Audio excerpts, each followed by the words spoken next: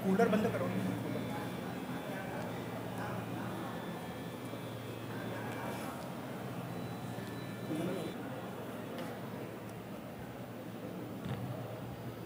जय जय रघुवीर समर्थ। उपस्थित मान्यवर, नमो नमः। ईश्वरीय नियमों का अनुपालन करते हुए श्रद्धेय श्री अरविंद जी धारप 15 जून 2024 को अपनी अनंत यात्रा पर चल पड़े। आज हम सभी उनको श्रद्धांजलि स्वरूप देने के लिए यहाँ एकत्रित हुए हैं।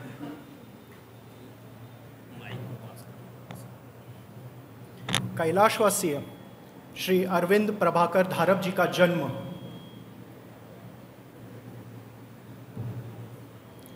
12 मई 1942 को महाराष्ट्र के दौंड नगर में हुआ।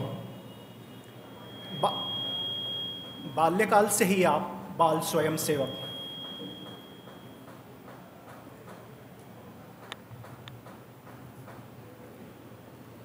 माध्यमिक शिक्षा उपरांत सन 60 में आपका ग्वालियर नगर आगमन हुआ। तत्पश्चात नगर के स्वयंसेवकों से, स्थानीय स्वयंसेवकों से आपका संपर्क हुआ। उच्चतर शिक्षा पश्चात आपने महारुद्र मंडल में कुछ वर्ष अध्यापन कार्य भी किया। कुछ समय पश्चात छिंदवाड़ा जिले के सौसर ग्राम में आपको शासकीय व्याख्याता के रूप में नियुक्ति हुई। सन 1973 में सरस्वती शिशु मंदिर योजना अंतर्गत ग्वालियर में भी सरस्वती शिशु मंदिर की स्थापना का विचार आया। तब एक कुशल, अनुभवी एवं पारंगत शिक्षक के रूप में श्री अरविंद जी धारप का नाम सामने आया। इस कार्य योजना को स्वीकृति देते हुए श्री धारप जी ने आचार्य पद स्वीकार किया। सरस्वती शिशु मंदिर की प्रगति में श्री धारप जी ने अपना सर्वस्व लगा दिया। ग्वालियर के शिक्षा क्षेत्र में सरस्वती शिशु मंदिर तथा कालांतर में अभिनव विद्या मंदिर के रूप में श्री अरविंद जी धारप का नाम एक कुशल शिक्षक संचालक के रूप में जाना जाने लगा। इस पूरे महर्षि जीवन में उनकी भार्या श्रीमती अरुंधति जी धारप का भी यथेष्ट योगदान रहा। गत 40 वर्षों में धारप जी के संपर्क में आने वाला हर व्यक्ति उनसे प्रभावित हुआ तथा जिन जिन संस्थाओं में धारप जी ने कार्य किया उनमें अपनी अमिट छाप छोड़ते गए। विभिन्न संस्थाओं के वह सक्रिय सदस्य थे, मुख्यतः शरद व्याख्यानमाला, हिंदी साहित्य सभा, विवेकानंद केंद्र ग्वालियर तथा राजकवि तांबे अभ्यास मंडल के संस्थापक सदस्य भी वह रहे। श्री गजानन महाराज देवस्थान न्यास तथा मध्य भारत शिक्षा समिति के अध्यक्ष के रूप में उन्होंने अपने दायित्वों का उचित निर्वहन भी किया। विद्यालय में बड़े आचार्य, सामाजिक क्षेत्र में धारप जी और पारिवारिक रूप में अरुण भाऊ और मुझ जैसे अनेक लोगों के लिए पितृतुल्य श्री धारप जी, श्री धारप काका, इन्होंने ज्येष्ठ शुक्ल नवमी अर्थात 15 जून को 84 वर्ष की आयु में बेंगलोर में अंतिम श्वास लिया।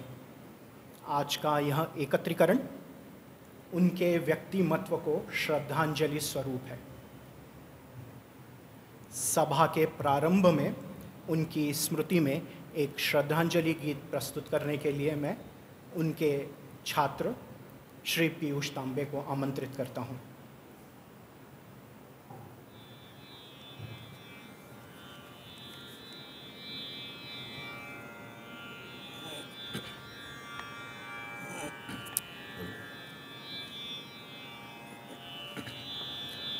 पूज्य माँ की अर्चना का एक छोटा उपकरण हूँ। पूज्य माँ की अर्चना का एक छोटा उपकरण हूँ। उच्च है वह शिखर देखो, मैं नहीं वह स्थान लूँगा। और चित्रित भित्ति का है, मैं नहीं शोभा बनूंगा। पूज्य है यह मातृ मंदिर, नीव का मैं एक कण हूँ। पूज्य माँ की अर्चना का एक छोटा उपकरण हूँ। मुकुट माँ का जगमगाता, मुकुट माँ का जगमगाता, मैं नहीं सोना बनूंगा। जगमगाते रत्न देखो, मैं नहीं हीरा बनूंगा। पूज्य माँ की चरण रज का छू एक छोटा धूलि कण हूँ। पूज्य माँ की अर्चना का एक छोटा उपकरण हूँ। आरती भी हो रही है, गीत बन कर क्या करूँगा। आरती भी हो रही है, गीत बन कर क्या करूँगा। पुष्पमाला चढ़ रही है, पुष्पमाला चढ़ रही है, फूल बन कर क्या करूँगा। मालिका का एक तंतु, गीत का मैं एक स्वर हूँ। पूज्य माँ की अर्चना का एक छोटा उपकरण हूँ। पूज्य माँ की अर्चना का एक छोटा उपकरण हूँ। एक छोटा उपकरण हूँ। एक छोटा उपकरण हूँ।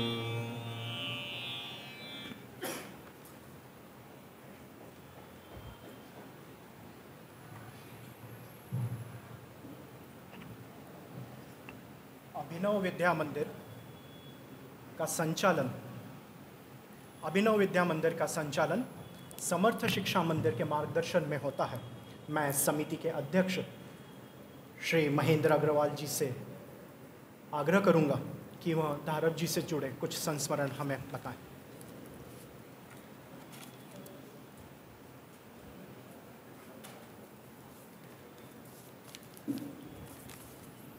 नमस्कार।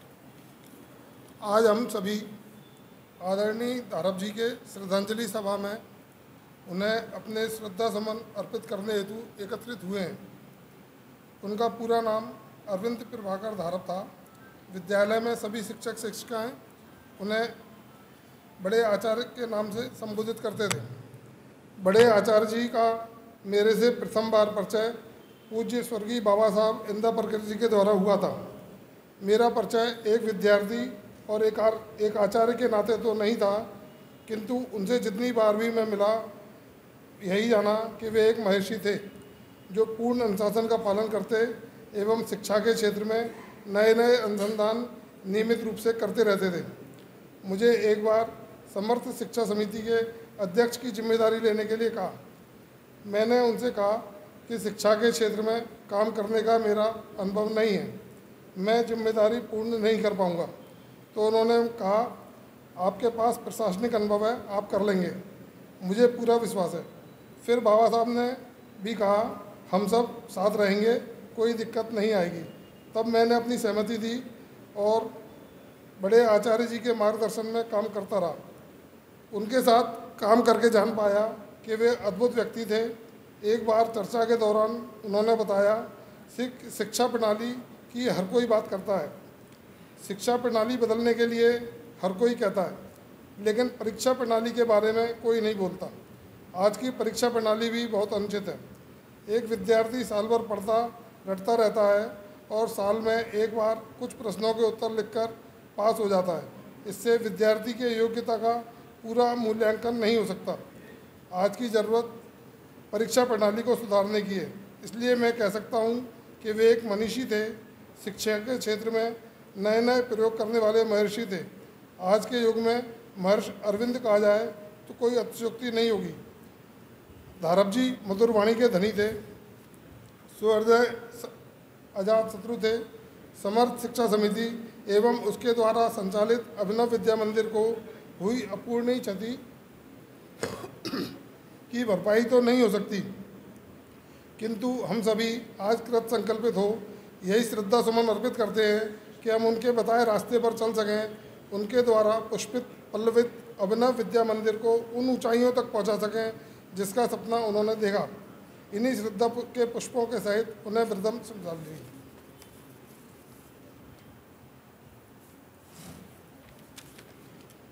सरस्वती शिशु मंदिर के पूर्व छात्र तथा वर्तमान में दैनिक स्वदेश के समूह संपादक श्री अतुल जी तारे, हम आपसे निवेदन करते हैं कि आप धारप जी से जुड़े कुछ संस्मरण हमें बताएं।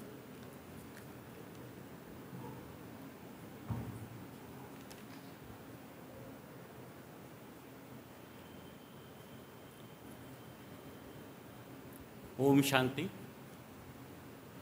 जीवन में अक्सर ऐसे प्रसंग आते हैं जब हमें शब्दों की न्यूनता का बोध होता है। आज कुछ हम सभी के साथ ऐसा ही एक दुखद प्रसंग है। सामान्यतः आज के दौर में एक बात कही जाती है कि लोगों के पास समय नहीं है।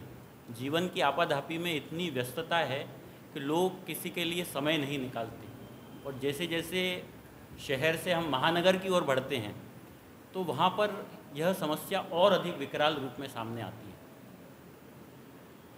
धारप आचार्य जी, मेरे लिए धारप काका भी, बेंगलोर में उन्होंने अपने जीवन की अंतिम श्वास ली। आज से 20-25 वर्ष पहले, बल्कि मैं कहता हूँ शायद और अधिक पहले, जिन बच्चों को उन्होंने पढ़ाया था, बेंगलोर में वो मुक्ति धाम में वो पहुँचे। यह वास्तव में बताता है कि धारप आचार्य जी कैसे आचार्य जी थे, जिनसे लगभग मुझे लगता है कि उन्होंने वो सातत्य के रूप में संबंध भी रखा, और उनका जो प्रेम ही था कि जो आज बच्चे कहीं ना कहीं किसी आईटी कंपनी में, कहीं अलग इंस्टीट्यूशंस में काम कर रहे हों, वो 20-20, 25-25 किलोमीटर दूर अपने आचार्य जी को श्रद्धा सुमन अर्पित करने बेंगलोर के मुक्ति धाम पहुँचते हैं। ऐसे थे हमारे धारप आचार्य जी। मेरे भी जीवन का ये सौभाग्य है कि उन्होंने मुझे भी पढ़ाया। मेरे भी बड़े आचार्य जी थे। सरस्वती शिशु मंदिर की ही एक छोटी सी घटना है, और जैसे कि बच्चे होते हैं कि छोटा सा एक झूठ बोला, होमवर्क नहीं किया था। होमवर्क नहीं किया तो आचार्य जी ने कहा कि, बड़ी दीदी ने कहा कि आचार्य जी के पास जाओ। आचार्य जी के पास गए तो उन्होंने हमको डांटा नहीं, एक बहुत छोटी सी बोध कथा समझाई और कहा कि देखो बेटा, झूठ बोलने के क्या क्या दुष्परिणाम हो सकते हैं। ऐसे थे। और चूँकि वो इतिहास और चित्रकला दोनों के ही विद्यार्थी थे, तो मुझे लगता है कि वो बच्चों के बाल मन को और उसके विगत को बहुत बखूबी पढ़ते थे, और भविष्य की कल्पनाओं के रंग उसमें कैसे बढ़ना है, क्योंकि वो चित्रकला भी उनका क्षेत्र था, तो वो अपने बच्चों को वो शिल्प देते थे। अद्भुत योजक थे। सरस्वती शिशु मंदिर की योजना के पीछे आदरणीय धारप जी के समर्पण को हम सब नमन करते ही हैं। और उसके बाद अभिनव विद्या मंदिर भी आज ग्वालियर के श्रेष्ठतम विद्यालयों में से एक है। और एक एक छोटी छोटी घटनाओं पर उनका बच्चों को पढ़ाना, और जैसा कि बताया कि अलग अलग संस्थाओं में और शिक्षा के क्षेत्र में जो उन्होंने नवाचार किए, वो आज भी शिक्षा जगत के लिए एक प्रेरणा का माध्यम है, प्रेरक है। और मुझे भावुक करता है वो एक प्रसंग, और वो कह के मैं अपनी बात पूरी करता हूँ कि हम सबको मालूम था कि धारप काका बेहद बीमार हैं और लगभग जीवन के अंतिम दौर में है। हम सब ग्वालियर में एक आशंका से ग्रसित रहते थे। अचानक एक दिन, अभी 8-15 दिन पहले उनका यानी निधन के लगभग 7-8 दिन पहले फ़ोन आया, अतुल, मी धारप काका, मामा कसे, यानी हमारे पिताजी अभी अस्वस्थ हैं, तो उस अवस्था में उनसे बोला नहीं जा रहा, लेकिन उनको पता चलता है कि मेरे पिताजी बीमार हैं और उनका उनसे भी संबंध है। तो उस समय भी वो अपनों को इस आत्मीयता के साथ याद करते हैं। असमय काल के क्रूर निर्णय ने उनको हमसे छीना, और निश्चित रूप से आज और अधिक उनकी आवश्यकता थी आज शिक्षा जगत में, लेकिन ईश्वर के निर्णय के आगे हम सब नतमस्तक हैं। एक बार पुनः अपने बड़े आचार्य जी धारप काका के श्री चरणों में सादर नमन। ओम शांति।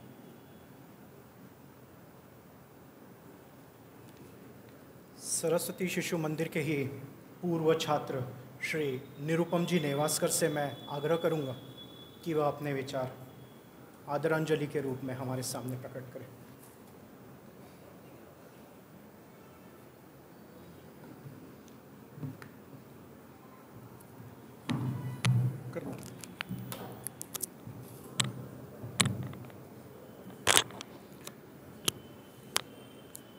एक पौराणिक कथा ध्यान आती है।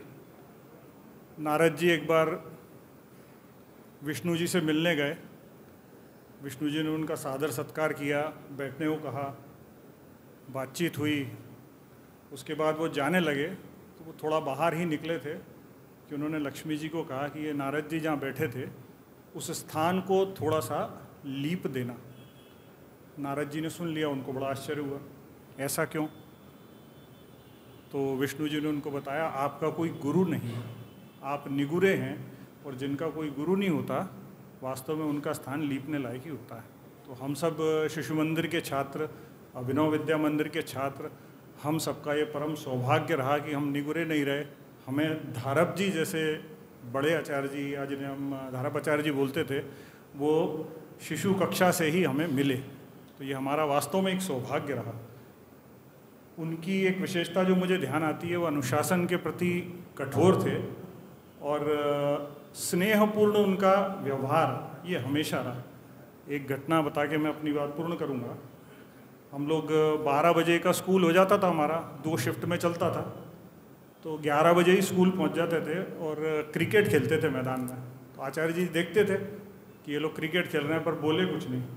एक दिन वो आए और पिच पे खड़े हो गए, तो जैसा कि उनका प्रभाव था, जो बॉलिंग कर रहा था उसने बॉल दे दी उनके हाथ में, जो बैटिंग कर रहा था उसने अपना बल्ला दे दिया, और आचार्य जी वहाँ से चले गए।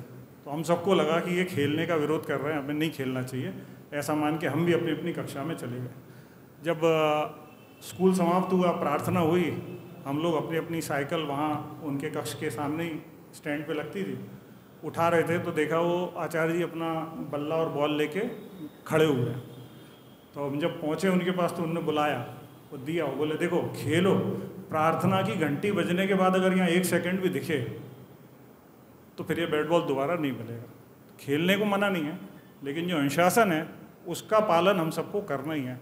तो इतना प्रेमपूर्ण व्यवहार, और मुझे लगता है कि हम सभी जिस भी क्षेत्र में काम कर रहे हैं, अगर हम अपना काम सातत्य से करेंगे, प्रामाणिकता से करेंगे, तो मुझे लगता है इससे बढ़कर धारप आचार्य जी के लिए कोई श्रद्धांजलि नहीं हो सकती।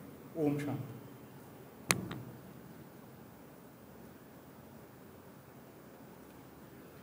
सरस्वती शिशु मंदिर की पूर्व छात्रा तथा वर्तमान में पुलिस अधीक्षक PTS तिगरा श्रीमती सुमन गुर्जर जी से मैं निवेदन करूंगा कि वह हम अपने विचार हमारे सामने प्रकट करें।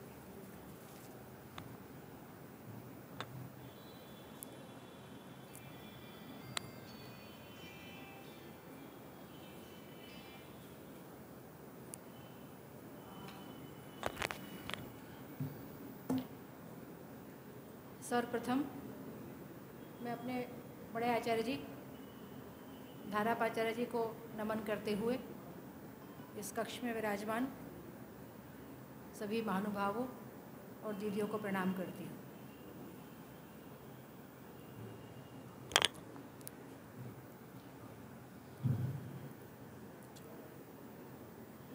मैंने सन 1984 में सरस्वती शिशु मंदिर नदी द्वार में प्रवेश लिया, क्योंकि उन दिनों गोरखी सरस्वती शिशु मंदिर कक्षा 5 तक ही था और कक्षा 6 से प्रवेश नदी द्वार में लेना होता था।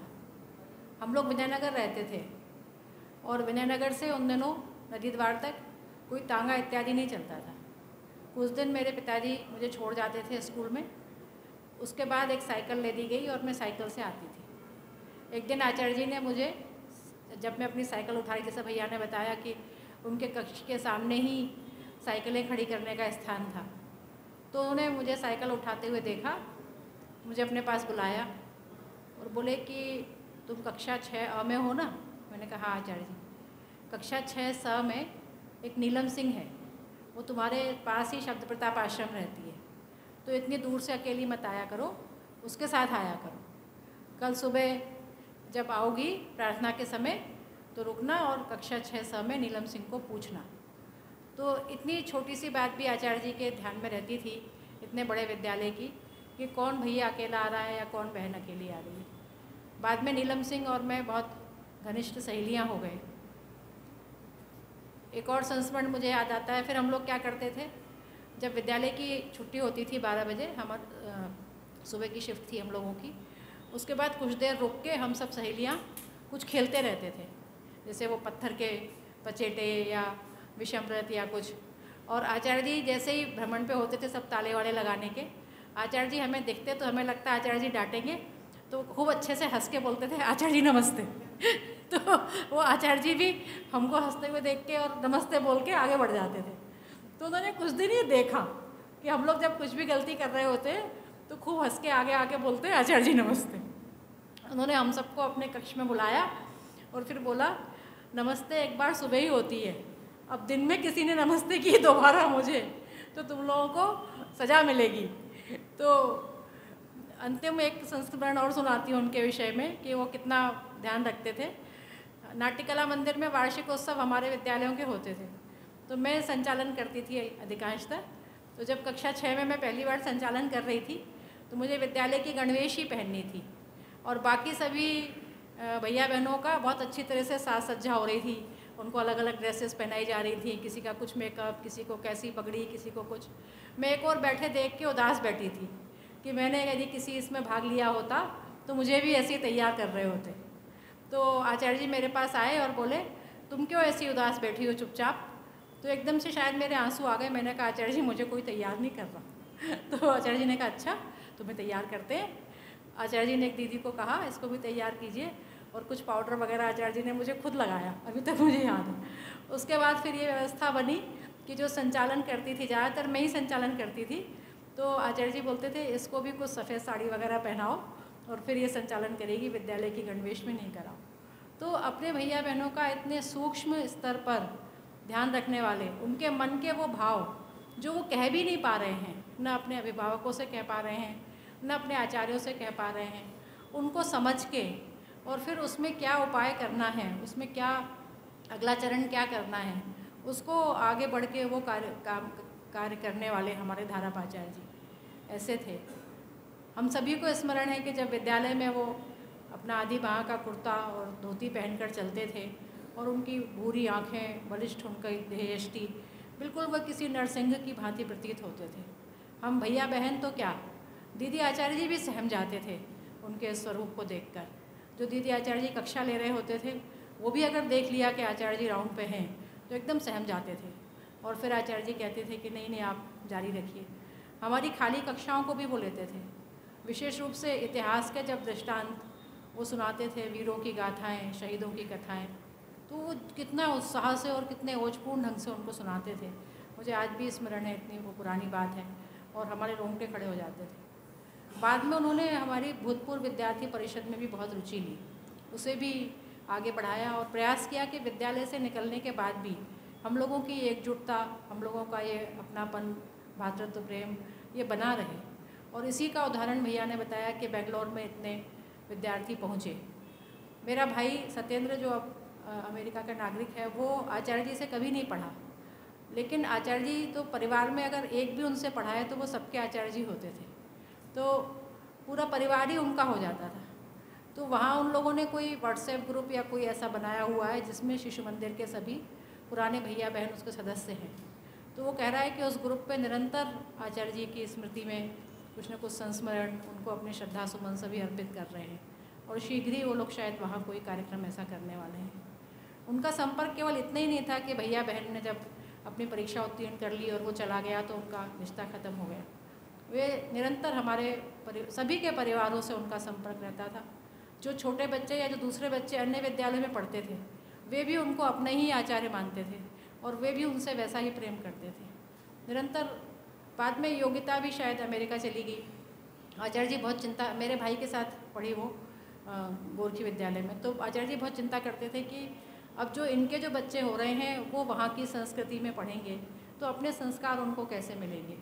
शायद योगिता अपने बच्चों की शिक्षा के लिए यहाँ आ गई, लेकिन सत्येंद्र की बेटी की वो निरंतर चिंता करते रहते थे। मुझे इस बात का बहुत दुख है कि कोरोना काल में जो ये एक हम लोगों ने नया सीखा, लोगों के घरों में आना जाना कम हुआ, तो वो फिर अभी भी पटरी पे नहीं आ पा रहा वैसा एक दूसरे के आना जाना। उस क्रम में ये पता ही नहीं चला कि आचार्य जी कब इतने अस्वस्थ हो गए, कब बेंगलोर चले गए। हम लोग उनसे निरंतर मिलते रहते थे, वे भी हम लोगों से मिलते रहते थे, सब कुशल क्षेम लेते रहते थे। उनका इस संसार में होना हमारे ऊपर एक आशीष की कृपा होना था। उनका एक आशीष, एक वरदहस्त हम सबके ऊपर था। अब जबकि वे अपनी आयु पूर्ण कर प्रभु के समीप चले गए हैं, हम सभी शिशु मंदिर के पूर्व भैया बहन अपने आप को अभिभावक विहीन अनुभव कर रहे हैं। यही मैं आचार्य जी के विषय में कहना चाहती हूँ। एक गीत हम लोगों ने विवेकानंद नीडम में जो सुना था, आचार्य जी ने हमें याद कराया था, वे पंक्तियाँ उन पर बिल्कुल खरी उतरती हैं। निज जननी के लाल नहीं थे, जग जननी के प्यारे तुम, जय जय बनी रहे भारत मंदिर के अमर सितारे तुम।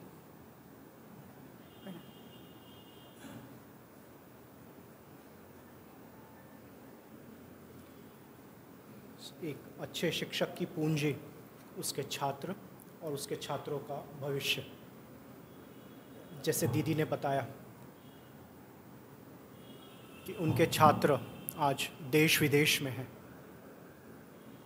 देश विदेश में सिर्फ हैं ही नहीं, उनके द्वारा दिया गया भारतीयता का बोध निश्चित रूप से पूरी दुनिया में जगाएंगे। श्रीमती सुलभाताई नेवासकर सरस्वती शिशु मंदिर में धारप जी के साथ अध्यापन कार्य किया। हम उनसे विनंती करेंगे कि वह अपने कुछ संस्मरण धारप जी के साथ जुड़े हुए हमें बताएं।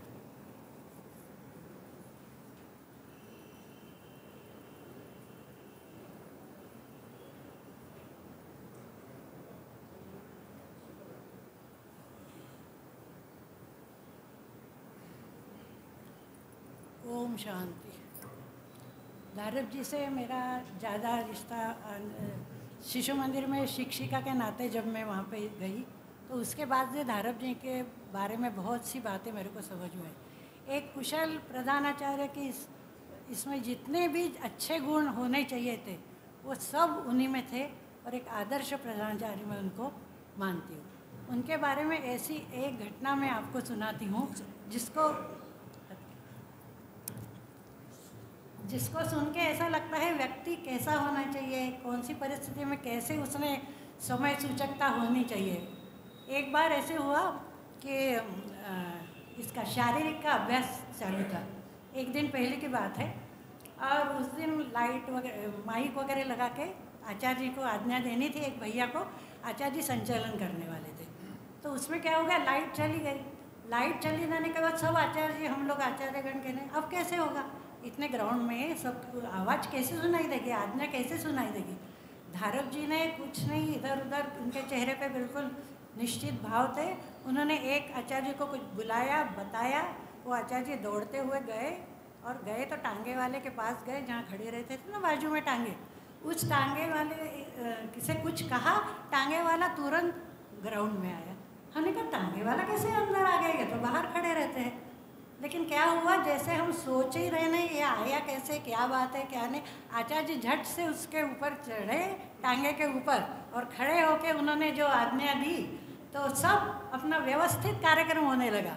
मतलब ऐसे उन्होंने सोचा नहीं मैं किस पे चढ़ूं, टेबल तो छोटा है, क्या करूं, मैं टांगे के ऊपर। और वो बात मेरे को अभी भी उनका वो चित्र नज़र आता है कि धारप जी खड़े रहे और सब शांत हो गए। उनकी आंखों में भी ऐसे भाव थे कि उनको देख के सब मतलब समझ जाते थे क्या करना था।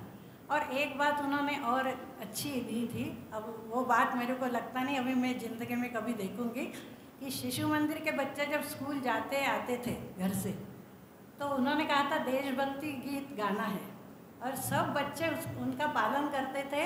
और इतना अच्छा लगता कि बच्चे सब देशभक्ति का गीत गा रहे, और वापस आते समय उनके पीछे जो ऑटो वाले या स्कूटर वाले पैदल जा रहे थे, वो भी कहते थे कि अरे ये कितना अच्छा लग रहा है। अब मेरे को नहीं लगता ऐसा दृश्य कभी मैं देखूंगी आगे। तो वो भी उनकी कल्पना थी, उनकी कल्पना शक्ति बहुत ही मतलब सभी कार्यक्रमों में, सांस्कृतिक हो, शारीरिक हो, बौद्धिक हो, और वो बहुत मतलब पारंगत ही थे। और हम लोगों को नहीं आता था तो भी ऐसे नहीं कहते थे कि आपको नहीं आ रहा, आओ मैं सिखाता हूँ आपको। उन्होंने हमें पपेट बनाना सिखाया, ये सीखे, कितनी बातें शिशु के लिए उन्होंने बताई। अब सब यादें रह गई है, लेकिन वो नहीं है तो भी हम हमारी उनकी यादें हमारे साथ है। इसी शब्दों में श्रद्धांजलि। धन्यवाद।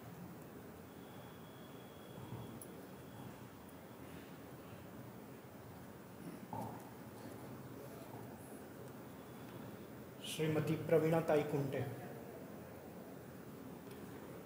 श्रीमती प्रवीणा ताई कुंटे, धारप जी के मार्गदर्शन में आपने सरस्वती शिशु मंदिर तथा अभिनव विद्या मंदिर में अध्यापन कार्य किया। आपके कुछ विचार धारप जी के साथ कार्य किया, उसके अनुभव।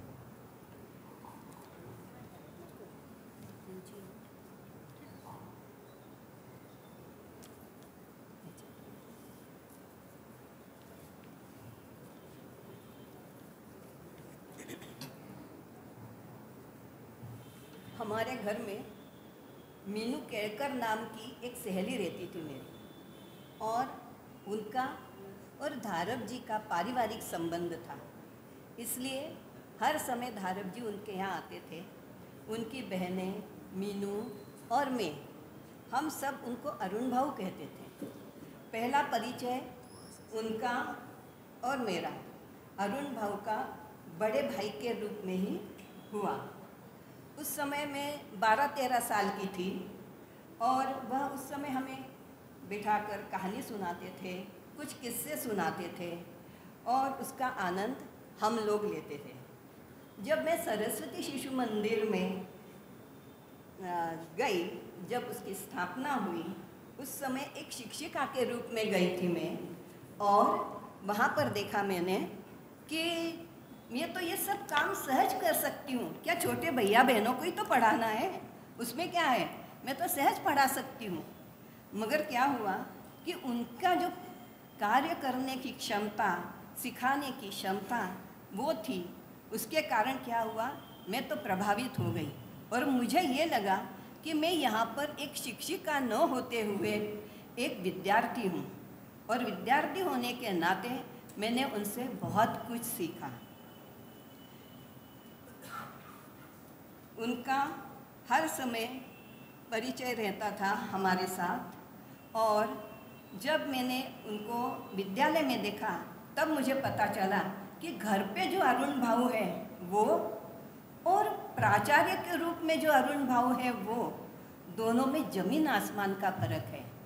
उन्होंने हमें अनुशासन में कार्य करने के लिए सिखाया और करवाया भी, और सहजता से हमने उसको स्वीकार किया। जब भैया बहन तांगे में गीत गाते हुए आते थे तो स्वयं वहाँ पर खड़े हो जाते थे और उनसे अभिवादन करते थे। यही क्रम जाते समय भी रहता था कि भैया बहन हर समय उनको नमस्ते करते हुए जाते थे, और उसके कारण क्या हुआ कि उसमें आत्मीयता बनी रही।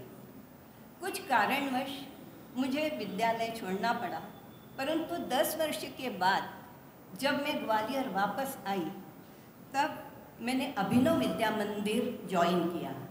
तब मुझे बिल्कुल सहज लगा कि ये तो मैं सब कर सकती हूँ। क्यों? क्योंकि मैंने उनके साथ पहले काम किया हुआ था। धारप जी की कल्पना शक्ति, कार्यक्रम की योजना हमेशा नवीनता से भरी रहती थी। हमारे विद्यालय में अभिनव विद्या मंदिर में हमारा वार्षिक उत्सव 3 भागों में विभक्त था, अभी भी है, और उसमें शारीरिक, सांस्कृतिक और बौद्धिक, ये कार्यक्रम होते थे। बौद्धिक इसमें हम प्रदर्शनी लगाते थे, उसके साथ हम भैया बहनों के साथ हमारा शिक्षिका और आचार्य जी का भी बौद्धिक विकास होता था। उनका जो परिचय है वो आत्मीयता का था, सभी से आप कैसे हो, घर पे कैसे हैं, यह वह हर समय पूछते थे। एक और बात बताना है मुझे कि हमारे समय विद्यालय में सीसीटीवी नहीं थे, मगर उनकी पैनी नज़र हर समय हमारे साथ रहती थी। हर समय वो देखते थे कि किसी की कुछ गलती तो नहीं है, कोई उधम तो नहीं कर रहे हैं बच्चे। और सब उस समय क्या होता था कि वो किसी की गलती हो उसे अपने पास बुलाते थे और प्यार से उसे समझाते थे कि ये आपकी गलती हुई है। और यही आत्मीयता उनमें उनकी हमारे साथ थी। इसी के साथ मैं आचार्य जी की पत्नी, उनकी भाभी अरुंधति धारप, इनको वंदन करती हूँ कि उनके बड़े त्याग से आज हमें धारप जी एक तपस्वी और तपस्वी के रूप में हमने उनको देखा है। मैं ईश्वर से प्रार्थना करती हूँ कि वह उनको शांति प्रदान करे और उनके परिवार को यह दुख सहन करने की शक्ति दे। उसी के साथ अभिनव विद्या मंदिर के सभी परिवार को, हमारे शिक्षकगण, आचार्य दीदी, वो भी इस दुख को सहन करे, ये मैं हर ईश्वर से प्रार्थना करती हूँ।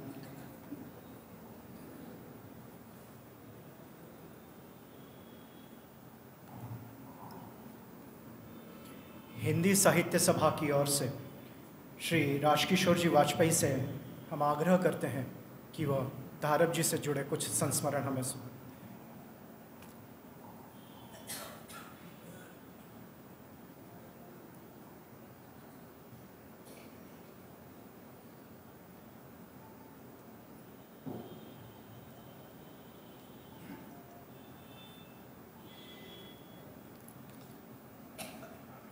ओम शांति।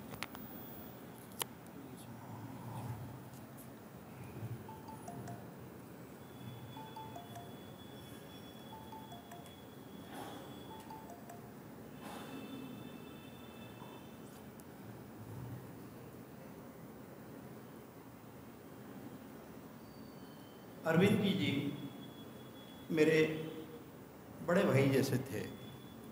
मेरा उनसे पहले परिचय जब हुआ तो लगभग 80-82 के आसपास की बात थी और मैं ग्वालियर लौट आया था। कॉलेज में उस समय प्राध्यापक था और साहित्य सभा का दायित्व मेरे पास कार्य करने के लिए आया। तो मैंने पाया कि सरलता क्या होती है, सादगी क्या होती है और देह निष्ठता क्या होती है।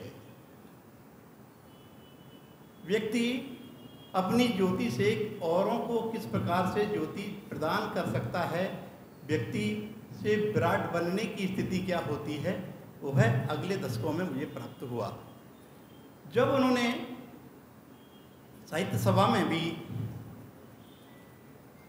योगदान दिया, पदाधिकारी के रूप में विभिन्न संस्थाओं पर वो काम कर रहे थे, लेकिन प्रारंभिक दौर से उस शिक्षक के रूप में उन्होंने अपना जीवन प्रारंभ किया था। लेकिन शिक्षक से आचार्य बनने की जो लंबी साधना है और आचार्य हो जाना और आचार्य कहलाने में जो अंतर होता है, उस अंतर को अगर देखना और समझना हो तो अरविंद जी को देखना और समझना पड़ेगा। अरविंद जी का मतलब होता है वह साधक जो देह के प्रति समर्पित हो, वह कार्यकर्ता जो अपने कार्य के प्रति सजग हो, जिसके पास में दूरदृष्टि हो। और जब उन्होंने आचार्यत्व का भार ग्रहण किया तो सरस्वती शिशु मंदिर के जो लोग थे, जो पढ़े हुए लोग थे, उनमें से कुछ लोग यहाँ पर जब बोल रहे थे तो लग रहा था कि उनका जो साधना पर्व था वो साकार हो रहा हो इस सभा भवन में।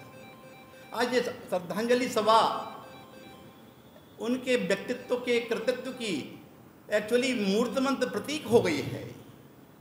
जीवन तो हो उठा है उनका पूरा जीवन काल, वो विभिन्न रूपों में हम लोगों के मुखों के माध्यम से यहाँ प्रकट हो रहा है, लेकिन वह एक पूर्ण पद था जो उन्होंने पूरा किया। 82 वर्ष की जो आयु थी उनको ईश्वर ने दी, और उसके बाद उन्होंने जो विरासत छोड़ी, वह विरासत हमको सहेजने के लिए छोड़ी है, याद करने के लिए नहीं, उस पर चलने के लिए छोड़ी है। उनका जो कार्य है वह कार्य पीढ़ियों का निर्माण करना है। वो लोभ और लालच वाले विभिन्न पदों पर नहीं गए, उन्होंने अपना पूरा जीवन विद्या को समर्पित किया। और विद्या वो जो संस्कार देती हो, विद्या वो जो भारतीय संस्कृति का प्रचार प्रसार करती हो, और उसमें उन्होंने अपना जीवन खपाया। मैं ऐसे महामानव को, उनकी साधना को प्रणाम करता हुआ उनके लिए विनम्र श्रद्धांजलि अर्पित करता हूं, और कामना करता हूं कि उनके जो दिखलाए हुए रास्ते हैं वो हम लोगों के लिए भी निश्चित रूप से मार्गदर्शक के रूप में कार्य करते रहेंगे। प्रणाम।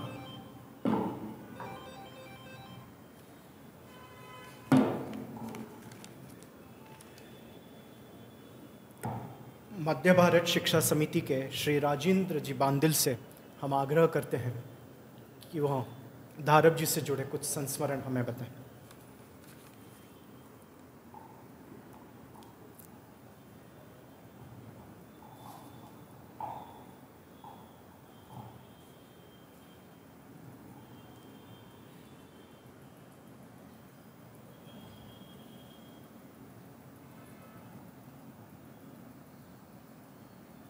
आदरणीय श्री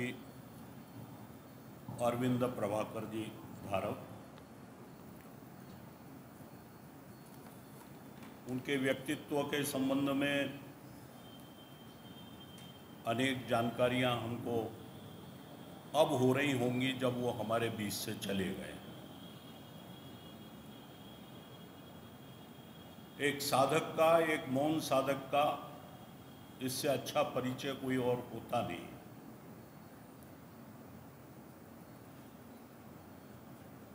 धारप जी एक ऐसा व्यक्तित्व है, जैसा आप सबको मालूम है कि वे अपनी शासकीय नौकरी को छोड़कर सरस्वती शिशु मंदिर योजना में संलग्न हुए। आर्थिक दृष्टिकोण से अगर देखें तो इससे मूर्खतापूर्ण निर्णय कोई और हो नहीं सकता, लेकिन उनकी जीवन दृष्टि के अनुसार यदि देखें तो इससे अच्छा निर्णय भी कोई नहीं हो सकता। हम प्रतिकूल परिस्थितियों में अपने को इतना असहज महसूस करते हैं और कैसे तो भी उससे निपटने का प्रयास करते हैं, लेकिन अगर धारप जी के जीवन को अगर देखेंगे तो धारप जी ने प्रतिकूलताएं पैदा की अपने लिए। शासकीय नौकरी छोड़ना प्रतिकूलता पैदा करना था। एक अच्छा भला जीवन, सरल जीवन चल सकता था, उसको छोड़कर चुनौती को स्वीकार करना, यह व्यक्तित्व की एक ऐसी विरल विशेषता है जिस पर यदि हम ध्यान देंगे तो हम सबको अपना जीवन अभी बहुत अधूरा महसूस होगा। ऐसी एक नहीं अनेक प्रतिकूलताएं उन्होंने अपने जीवन में सहज स्वीकार की। तो इन प्रतिकूलताओं को पैदा करके और उनमें से रास्ता बना करके सफलता को प्राप्त करते हुए अपने जीवन के उद्दिष्ट को प्राप्त करना, यह महत्वपूर्ण बात है। उनके स्वभाव में था इनोवेशन, नवाचार। उनकी दृष्टि जो है वो कहीं ना कहीं एक नए प्रयोग पर लगी रहती थी। परिवार में शादी का शुभ प्रसंग था, क्योंकि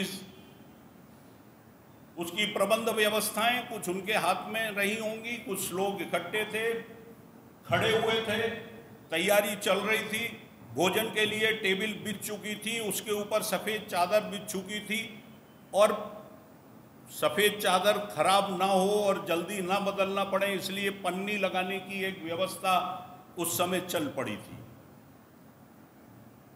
और धारप जी देख रहे थे, पता नहीं कहाँ से उनको मतलब एकदम विचार कौंधा और उन्होंने देखा इधर उधर कुछ फूल रखे हुए थे, उन फूलों को उठाया और जो पन्नी लगाने वाला था उसके साथ साथ पन्नी लगाने के पहले कुछ फूल उन्होंने यहाँ वहाँ उस टेबल पर डालना शुरू कर दिए। उसके बाद जब पन्नी लगी तो एक नया चित्र उभर करके सामने आया, एक नई साज सज्जा दिखने लगी और बाद में उस प्रयोग को फिर कई जगह लोगों ने दोहराया। फिर बिना कुछ अधिक श्रम किए एक नई दृष्टि से एक नई साज सज्जा खड़ी कर दी। अभी चूंकि बातों में आ चुका है और सबने बता दिया कि रंगमंचीय कार्यक्रम हो या विद्यालय की व्यवस्थाएं हो, उनमें सब में उनकी ये नवाचार की दृष्टि हमें दिखाई देगी। ऐसे धारप जी हमें बहुत कुछ सिखा करके गए, हम उस सीख का अवलंबन करेंगे, कामों को और आगे बढ़ाएंगे। मुझे लगता है कि अभिनव विद्या मंदिर भी एक इसी प्रकार की चुनौती को स्वीकार करना था और शायद वो कोई और नया प्रयोग और नई बड़ी लाइन खींचना चाहते थे। तो ऐसे धारप जी हम सबके बीच चले गए। हमने अनेक संस्मरण सुनी, अनेक बातें हमारे ध्यान में आ गई हैं, उन सबको हम स्मरण रखेंगे, आगे बढ़ेंगे। संघ का 1925 में जो शुरू हुआ कार्य है, उसके जो फल हैं, उसके बीज जो धीरे धीरे बढ़ते चले गए और उनमें से एक पुष्प के रूप में हम धारप जी को देखते हैं। और ऐसे अनेक पुष्प और उनके अनेक गुच्छे जैसे जैसे बढ़ते चले जाएंगे, हम सब समझते हैं कि समाज में जिस परिवर्तन को लाने के लिए हम सब यहाँ उनको स्मरण कर रहे हैं, वह परिवर्तन शीघ्र आएगा। इन्हीं आशाओं के साथ धारप जी को अपनी विनम्र श्रद्धांजलि देते हुए मध्य भारत शिक्षा समिति के सभी सदस्य गणों की ओर से उनको श्रद्धांजलि देते हुए ओम शांति शांति शांति।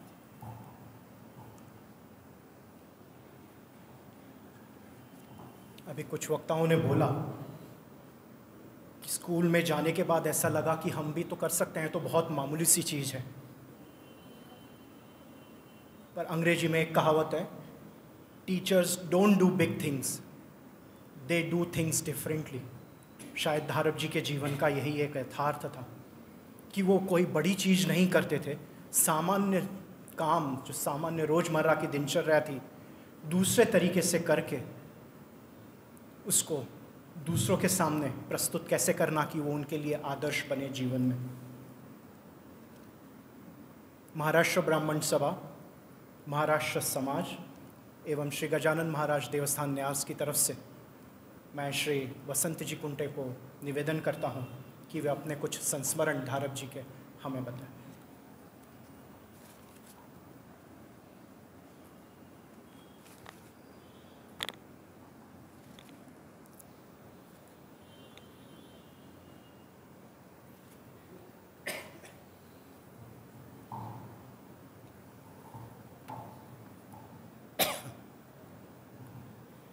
मेरा जन्म ही एक संघ परिवार में हुआ और इस दृष्टि से मेरे लिए प्रचारक यानी एक ईश्वर समान एक अलग व्यक्तित्व के रूप में हमेशा मैं देखता आया हूँ। जब धारप जी के बारे में विचार करता हूँ तो यह सोचता हूँ कि उनका जीवन प्रचारक से और कौन सा भिन्न था, एक गृहस्थ जीवन के प्रचारक। और इसलिए धारप जी के साथ साथ हमारी भाभी जी को भी वंदन करना पड़ता है। हम ऐसा कहते हैं ना कि एक किसी कर्तृत्ववान पुरुष के पीछे कोई महिला होती है, तो ये भाभी जी ने ये सिद्ध कर दिया है कि ये कहावत नहीं है, यह चरितार्थ है। निश्चित ही धारप जी अपने आप में एक अलग व्यक्तित्व था, पर हमारी भाभी जी का त्याग भी उसके पीछे रहा है। मैं प्रारंभ से ही पहले उनको वंदन करता हूँ। धारप जी करीब 59 या 60 में ग्वालियर में आए। 2 बहनों को लेकर अपनी बड़ी बहन के यहाँ आए थे। उस समय महाराष्ट्र में शिक्षा हो जाने के कारण, पूरा वातावरण मराठी होने के कारण उनको ठीक से हिंदी बोलना भी नहीं आता था। टांगे से जब वो छतरी बाजार में अपनी बहन का घर ढूंढ रहे थे, धारप जी के साथ बैठकर उनके कई अनुभव मैंने सुने। उसमें उन्होंने कहा था कि मैं तो ढूंढ रहा था, मैं समझ नहीं पा रहा था कि मैं टांगे वालों को कैसे समझाऊं कि मुझे कहाँ जाना है। वो बात अलग थी कि वो पहुंच गए। सौभाग्य ऐसा रहा कि जहाँ पर वो उतरे थे, आज अच्युतानंद व्यायामशाला के सामने उनका बड़ी बहन किराए से रहती थी और उसके ठीक सामने छत्री उद्यान शाखा लगती थी। तुरंत ही कुछ दिनों में धारप जी का परिचय हुआ। मेरे ज्येष्ठ भ्राता बाबा मोघे, उनको संदेश मिला कि धारप जी अमरावती से आए हुए हैं और उनको अपने को साथ में लेना है। तब से लोग उनके साथ बह गए। धारप जी संघ के परिवार में कब घुल मिल गए लोगों को पता ही नहीं चला। 61-62 में हम बहुत छोटे थे, शायद 7वीं 8वीं में पढ़ते होंगे। धारप जी मेरे मुख्य शिक्षक करके इस शाखा पर आए थे। कबड्डी खेलने की हमारी इच्छा रहती थी, पर धारप जी के कुछ अनोखे खेल हुआ करते थे। उनका व्यक्तित्व ऐसा था कि एक कार्यक्रम में सारे के सारे स्वयंसेवक एक साथ इन्वॉल्व हो, ये उनकी इच्छा हुआ करती थी।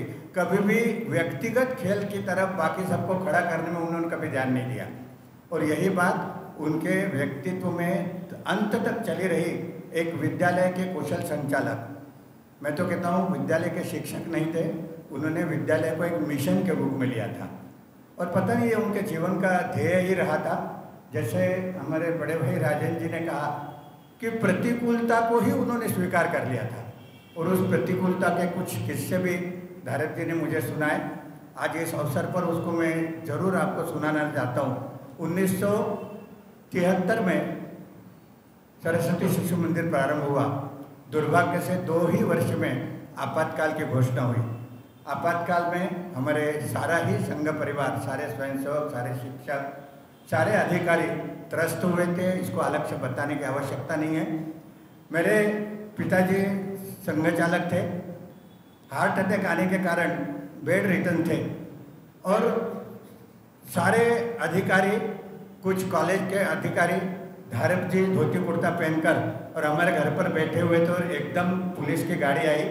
चारों तरफ से मकान घेर लिया गया। दरवाजे पर गाड़ी उल्टी लगा दी और जो जो उतरता गया उसको सीधा जेल जाना पड़ा। धारप जी वहाँ थे, अब कैसे बाहर जाया जाए, तो धारप जी के कपड़े मंगाए गए। हमारे घर के नीचे एक प्रेस की दुकान थी। पुलिस को ये बताया गया कि मैं कपड़े प्रेस करवाने के लिए देना जा रहा हूँ। वो कपड़े पीछे के दरवाजे से धारप जी ने पहने, हमारी छत पर चढ़कर दूसरे की छत पर लांघते हुए धारप जी वहाँ से निकल गए। ये किस्सा उन्होंने बताया था। और एक दुख भरा किस्सा जो अभी भी सुनते हुए रोंगटे खड़े हो जाएंगे। धारप जी को श्रद्धेय राजमाता जी ने प्राचार्य के रूप में निवास के लिए 2 कमरे दिए थे इसी विद्यालय के पीछे। उस समय के एक बहुत पुलिस बड़े अधिकारी, मैं उनका नाम नहीं लेना चाहता, पर एक उन्मत्त सी बात उनमें थी। सारे पुलिस वालों को वो अधिकार मिला था। उनके साथ सफ़ेद वर्दीधारी लोग साथ हुआ करते थे जो संघ के स्वयंसेवकों के घर दिखाया करते थे। धारप जी को पकड़ने के लिए वह एसपी साहब जोर जोर से एकदम आए, अचानक किसी अंदाज को ताकते हुए, और आए वो भी एकदम खूंखार आवाज़ देते हुए, चिल्लाते हुए, कहाँ है वो मास्टर, निकालो बाहर, खाल उजाड़ दो उसकी। धारप जी अंदर सुन रहे थे, खिड़की के अंदर थे, छोटी बच्ची थी। पिताजी शैया पर लेटे हुए थे। जैसे ही धारप जी को पता चला, धारप जी पिछले दरवाजे से महल के अंदर, जहाँ पर कुछ पुराना फर्नीचर पड़ा था, आपने देखा होगा कि बग्गियाँ पड़ी थी कुछ, ऐसे पुराने फर्नीचर के इस पर घंटा भर छुपे रहे। और इस दृष्टि से उन्होंने जो कथा मेरे को सुनाई, मेरे तो रोंगटे खड़े हो गए। मुझे ऐसा एहसास हुआ कि अपन कहते हैं ना, युद्धस्य कथा रम्या। आज वो कथा रम्य लग रही है, पर मुझे ऐसा लग रहा है कि कैसा वो जीवन, कैसा वो दिन धारप जी ने पार किया होगा। और ये सारी समस्याएं, जैसे राजेंद्र जी ने बताया कि प्रतिकूलता को झेलते हुए उन्होंने इस बात को पार किया। आपातकाल था, वैसे ही आर्थिक दृष्टि से स्थिति सामान्य नहीं थी। एक छोटी सी मशीन लेकर धारक जी ने सिमैया बेचकर भी अपना चरितार्थ चलाया है। और उस अवस्था में भी इमरजेंसी में घरों को मदद करना, स्वयंसेवक के घर की पूछताछ करने का काम भी उन्होंने किया था। धारक जी के बारे में एक शिक्षाविद के नाते उन्होंने देखा है। हमारे मराठी भाषी होने के कारण ग्वालियर की सारी मराठी भाषी संस्था, चाहे वो साहित्यिक हो, धार्मिक हो, उनसे संपर्क हुआ। बल्कि यूँ कहे कि उन संस्थाओं ने धारक जी को अपने पास बुलाया कि ऐसा गुणी व्यक्ति तो हमारे पास आना चाहिए। श्री गजानन महाराज देवस्थान न्यास के वो अध्यक्ष रहे हैं। मुझे याद है कि 2010 में हमारे गजानन महाराज का पुण्यतिथि शताब्दी वर्ष था। वो उनके नेतृत्व में साल भर ऐसे कुछ कार्यक्रम हुए। हम जहाँ तक सोचते थे वहाँ से धारक जी की सोच शुरू हुआ करती थी। इतनी नाविन्य था, इतने अधिक परिश्रम उस कार्यक्रम में। चल समारोह को तो धारक जी ने अपने सारे विद्यार्थियों को योगचाप, डम्बल्स, व्यायाम योग इन प्रकार से उस सुंदर कम पैसों में, कम खर्चे में सजावट, ये सारी बातें धारक जी की कल्पना बहुत ही जोरदार थी। योजना के एक बहुत बड़े पुजारी थे, पर योजना बनाना, उसका क्रियान्वयन करना और लोगों से करवाना, ये बहुत बड़ी बात थी। ये हम कभी भूल नहीं सकते। धारक जी को जब 1986 में विद्यालय सरस्वती शिशु मंदिर छोड़ना पड़ा, वो भी एक स्वाभिमानी के तौर पे बड़े स्वाभिमानी थे। उस स्वाभिमान के रक्षण के लिए विद्यालय छोड़ा, फिर धारक जी शून्य पर आ गए थे। पर कोई बात नहीं, धारक जी के ऊपर विश्वास रखने वाले या उनके कर्तृत्व, व्यक्तित्व, स्वयंसेवकत्व से प्रभावी ऐसे भी शिक्षक थे। चिकटे जी ने उनको बहुत साथ दिया। बोले कोई बात नहीं, अपन नए से शुरुआत करेंगे। धारक जी ने एक अनुभव बताया था कि विद्यालय तो शुरू कर दिया, काका शेजवलकर हमारे साथ थे, दादाजी थे, विद्यालय तो शुरू कर दिया, पर पहले शिक्षक की तनख्वाह कहाँ से दे, ये हमारे लिए एक समस्या थी।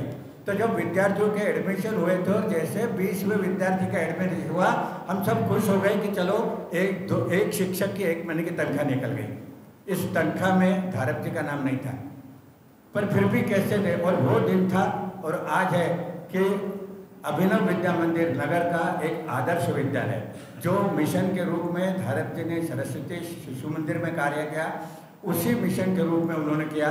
एक शिक्षाविद, एक आचार्य, एक समर्पित व्यक्तित्व और मिशन के रूप में कार्य करने का आदर्श उन्होंने हमारे सामने रखा है। अब तो उनकी यादें रह गई। मैं उन सौभाग्यशाली व्यक्तियों में से हूँ जिनको धारक जी और उनके परिवार का 60 वर्ष का, बल्कि उससे ज़्यादा वर्ष का सान्निध्य मिला है। पर अब वो हमारे बीच से चले गए हैं। उनकी बहुत सारी संभावनाएं थी, कुछ इच्छाएं थी, वो हम सब मिलकर उस इच्छाओं को पूरा करेंगे। अभी अंतिम समय में करीब करीब धारक जी से रोज़ बोलने की इच्छा होती थी, पर डर भी लगता था कि वो बोल नहीं पा रहे थे। तो थोड़ा सा भाभी जी के साथ बोलता था, थोड़ा धारक जी के साथ बोलता था। कुछ समस्याएं विद्यालय की थी, उनको हर बार आश्वासन देता था कि धारक जी हम सब खड़े हैं, किसी भी हालत में विद्यालय बंद नहीं होगा। और यही उनके अंतिम समय में उनके समाधान की एक बात थी, इसकी हमें खुशी है। उनके आत्मा की शांति की तो हम सभी प्रार्थना करते हैं, पर मैं थोड़ा उससे ऊपर उठकर कहता हूँ कि हम सभी कहते हैं कि उनकी आत्मा को चिर शांति प्रदान करे, पर मैं कहता हूँ कि हमारा भारतीय दर्शन पुनर्जन्म में विश्वास करता है। नहीं चाहिए उनको शांति। मैं तो चाहता हूँ कि धारक जी जैसे व्यक्तित्व दोबारा हमारे यहाँ आए। इस समय देश को धारक जी और ऐसे अनेक व्यक्तियों की आवश्यकता है। ये मोक्ष वोक्ष से सब छोड़ दो, पुनर्जन्म के लिए अपन ईश्वर को प्रार्थना करें और हम ऐसा सोचें कि हमें धारक जी दोबारा चाहिए, दोबारा चाहिए।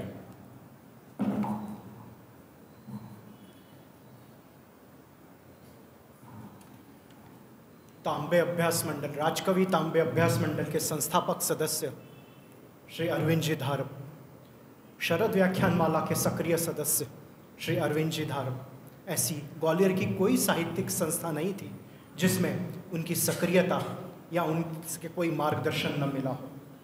मैं शरद व्याख्यान माला और राजकवि भारा तांबे अभ्यास मंडल के श्री प्रमोद जी गजेंद्र गढ़कर को आह्वान करता हूँ कि वह हमें अपने कुछ संस्मरण धारक जी के बताएं।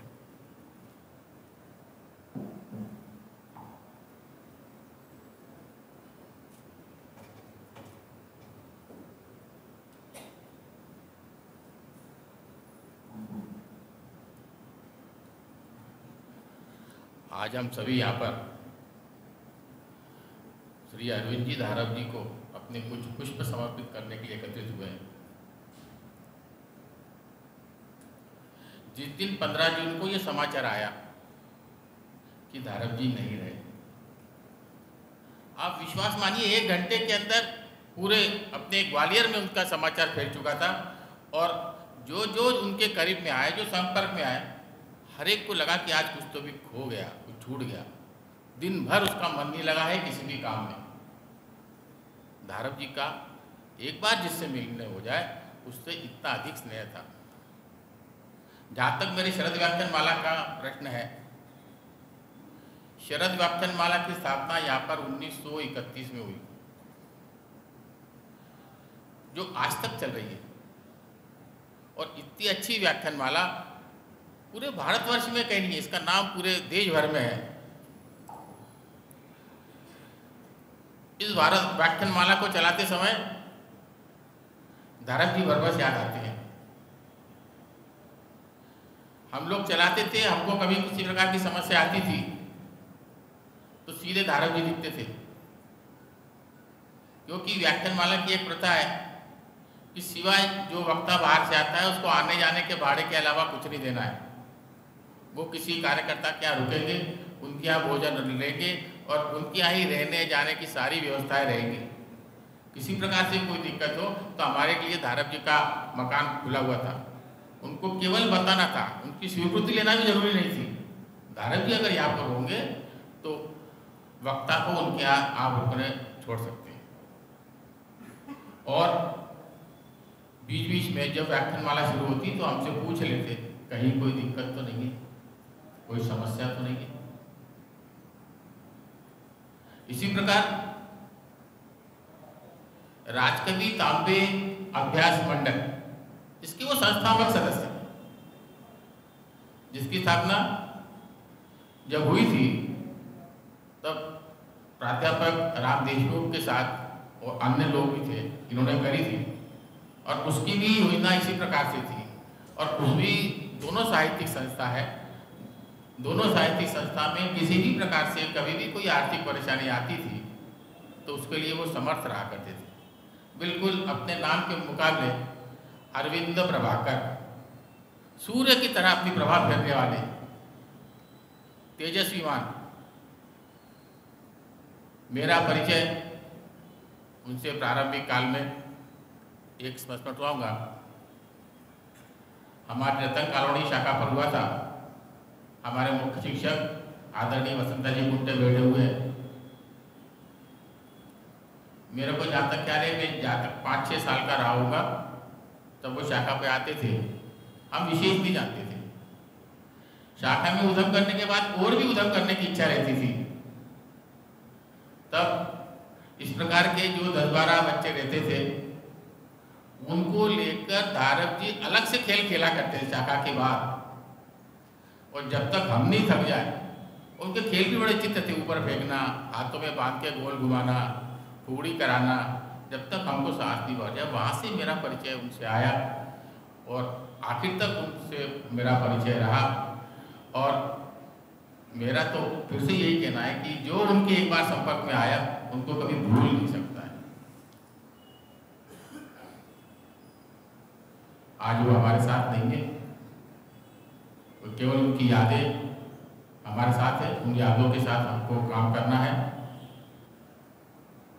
मैं शरद व्याख्यान माला ग्वालियर एवं राजकवि तांबे बहरा अभ्यास मंडल की ओर से उनको उनके चरणों में नमन करता हूँ और ईश्वर से प्रार्थना करता हूँ कि उनको मोक्ष प्रदान कर अपने श्री चरणों में स्थान देवे एवं उनके परिवार को ये क्षति सहन करने की हिम्मत प्रदान करें।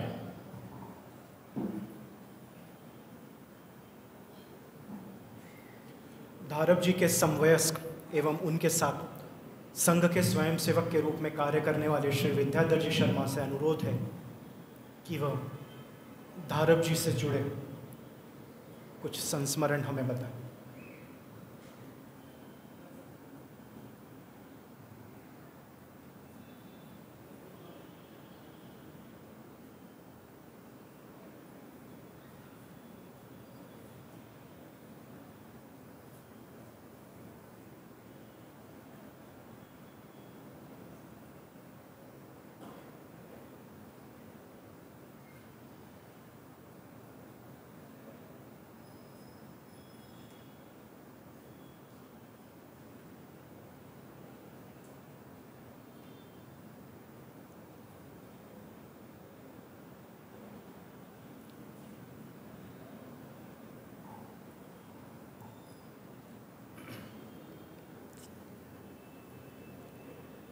यहाँ उपस्थित समस्त बंधु भगिनी छोटे बड़े सबको नमस्कार। मेरा धारप जी से पहला परिचय कहिए या घनिष्ठता ही आ गई पहले ही परिचय में। श्री ढमरेरे जी और अपने विभाग प्रजा कृष्ण मुरारी मोघे के साथ में हुआ था। तो उन्होंने मुझसे कहा कि इमरजेंसी में बंद हुआ था, इमरजेंसी छूट के आया था, लेक्चरर था, वो छूट गई थी सर्विस से, और इमरजेंसी में मैं बहुत बाद में पकड़ा गया। ये बात अलग है कि उस थोड़े समय में मैं जेल में रहा तो फांसी कोठे में एक दिन सो लिया, एक क्लास भी मिल गया था। तो उस समय मुझे जब मिले शरद जी ढमरेरे व्यवस्थापक थे उस समय कि विद्याधर धारप जी और वो दोनों थे कि अपन सब मिलके शिशु मंदिर योजना को बहुत ऊंचे ले जाएंगे, तो मेरा साथ दोगे? मैंने कहा मैं तो 78 में इस शिशु योजना में जुड़ा हूँ आपके कारण ही, और दूंगा ही निश्चित रूप से। तब बादलगढ़ मैंने शिशु मंदिर अब नदी गेट चलता था, धारप जी सरकारी नौकरी छोड़कर उसमें आए हुए थे तरानीकर जी की प्रेरणा से, और उसमें भाभी जी का बहुत सहयोग था। भाभी जी अच्छी सर्विस में थी सेंट्रल की में, तो उन्होंने भी प्रेरणा दी उनको। मैं इसलिए कह रहा हूँ कि जबलपुर में जब द्वितीय वर्ष में मैं था और परम पूज्य स्वर्गीय संचालक सुदर्शन जी मुख्य शिक्षक थे, और शायद धारप जी प्रथम वर्ष में थे, मैं द्वितीय वर्ष में था। तो उसके पश्चात हम धारप जी के ससुराल गए, भाभी जी का स्नेह मिला वहाँ। एक दिन रुके हम और वो हमारे साथ बाजार गई और उन्होंने इडली का बर्तन खरीदवाया, और उसके कारण क्या हुआ कि जब कभी भी अभी भी बनती है इडली बनती है तो बरबस उन दोनों का स्मरण हो ही आता है, चर्चाएं हो ही जाती हैं। मेरे सामने शिशु मंदिर की बहन बैठी है, पुलिस के अधिकारी, वो भी मुस्करा रही है। तो ऐसा सहयोग बना। तो उसमें मैं भाभी जी की प्रशंसा इसलिए करता हूँ कि उनने जब यहाँ आने का निर्णय किया, मैं उनके परिवार का अंग ही बन गया था। लगभग मेरा परिवार, मेरा छोटा भाई रविंद्र था, उसकी शादी में पद्माकर धारप जी दोनों गए थे। एक गांव में शादी हुई थी, उसमें जो गांव का रवैया होता, माने सर्दी दिसंबर का महीना था, उसमें जो परस होती है उसमें शक्कर बूरा, और फिर वहाँ जो नगाड़े का ऊधम था, उसे देख के इन दोनों को तो बड़ा ऐसा लगता था कि कहाँ फंस गए। अरे यार विद्याधर, तुम्हें मेरे को छोड़ते ही नहीं थे। फिर मैं एक दिन रुके थे, 3 दिन की शादी थी, बाहर गए, गांव में बाहर निकले तो एक ऊँट चल रहा था। मेरे घर पे भी ऊँट नहीं रही है सवारी की, तो उन्होंने कहा ऊँटनी की सवारी करोगे? उनको बड़ा अच्छा लगा, करेंगे।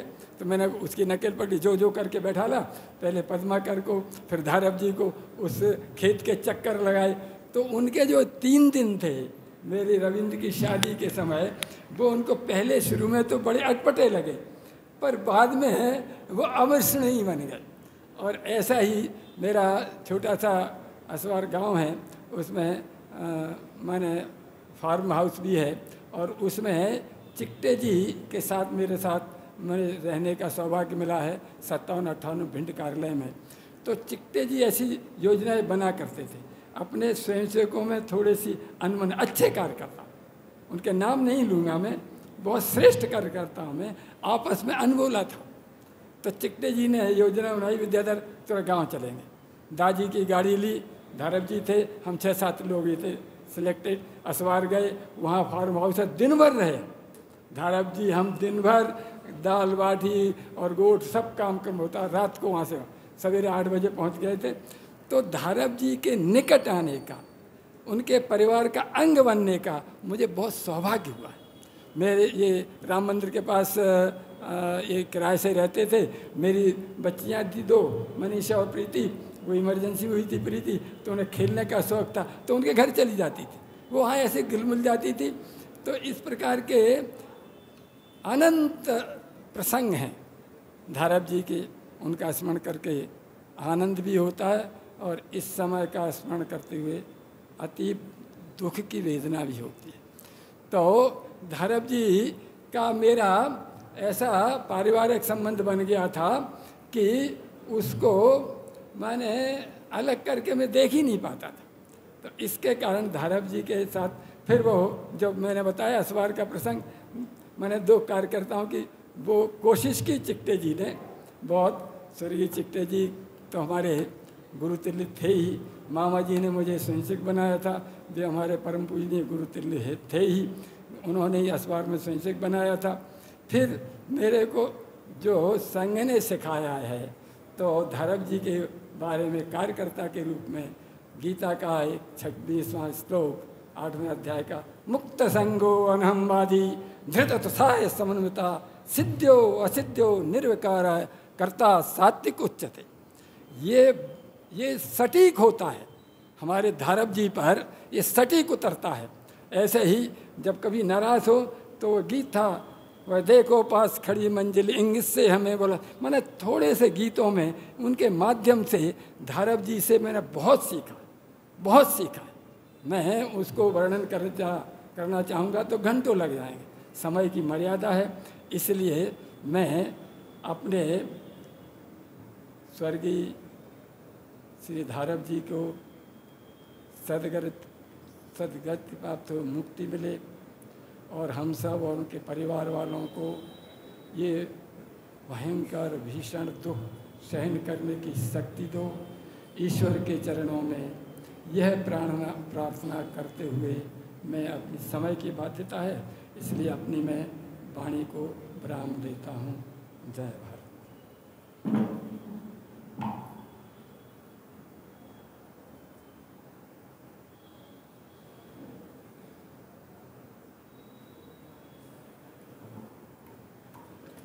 धरम जी के साथ लंबा संघ में कार्य करने का अनुभव प्राप्त ऐसे वरिष्ठ स्वयंसेवक श्री कप्तान सिंह जी सोलंकी आज हमारे मध्य उपलब्ध हैं।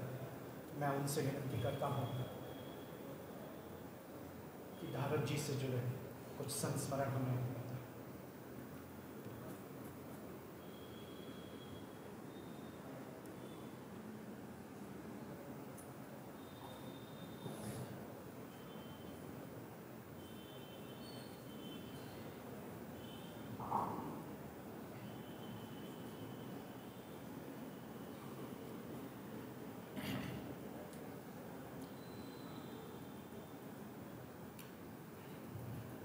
श्री अरविंद धरम जी,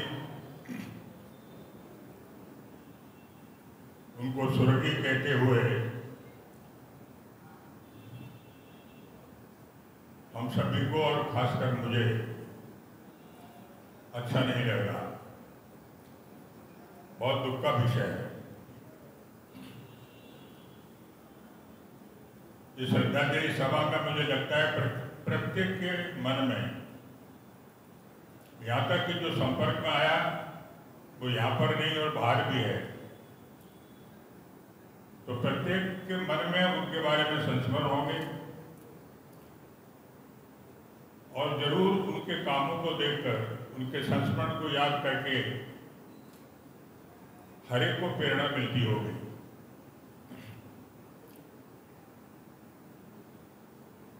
जीवन के अंदर आना और जाना ये अपने हाथ में नहीं है, लेकिन आना और जाना, इसके बीच में जो काल अवधि मिलती है उसमें जो आप काम करते हैं, जिस तरह जीवन में समाज में रह करके आप व्यवहार करते हैं, संपर्क करते हैं, वो जो आपका कर्म है, वो जो आपका कार्य है, वो आपके जीवन की उत्कृष्टता, आपके जीवन का समर्पण, आपके जीवन की सरलता और सफलता, ये वास्तव में रेखांकित करता है। धरम जी मुझसे 3-4 वर्ष छोटे थे।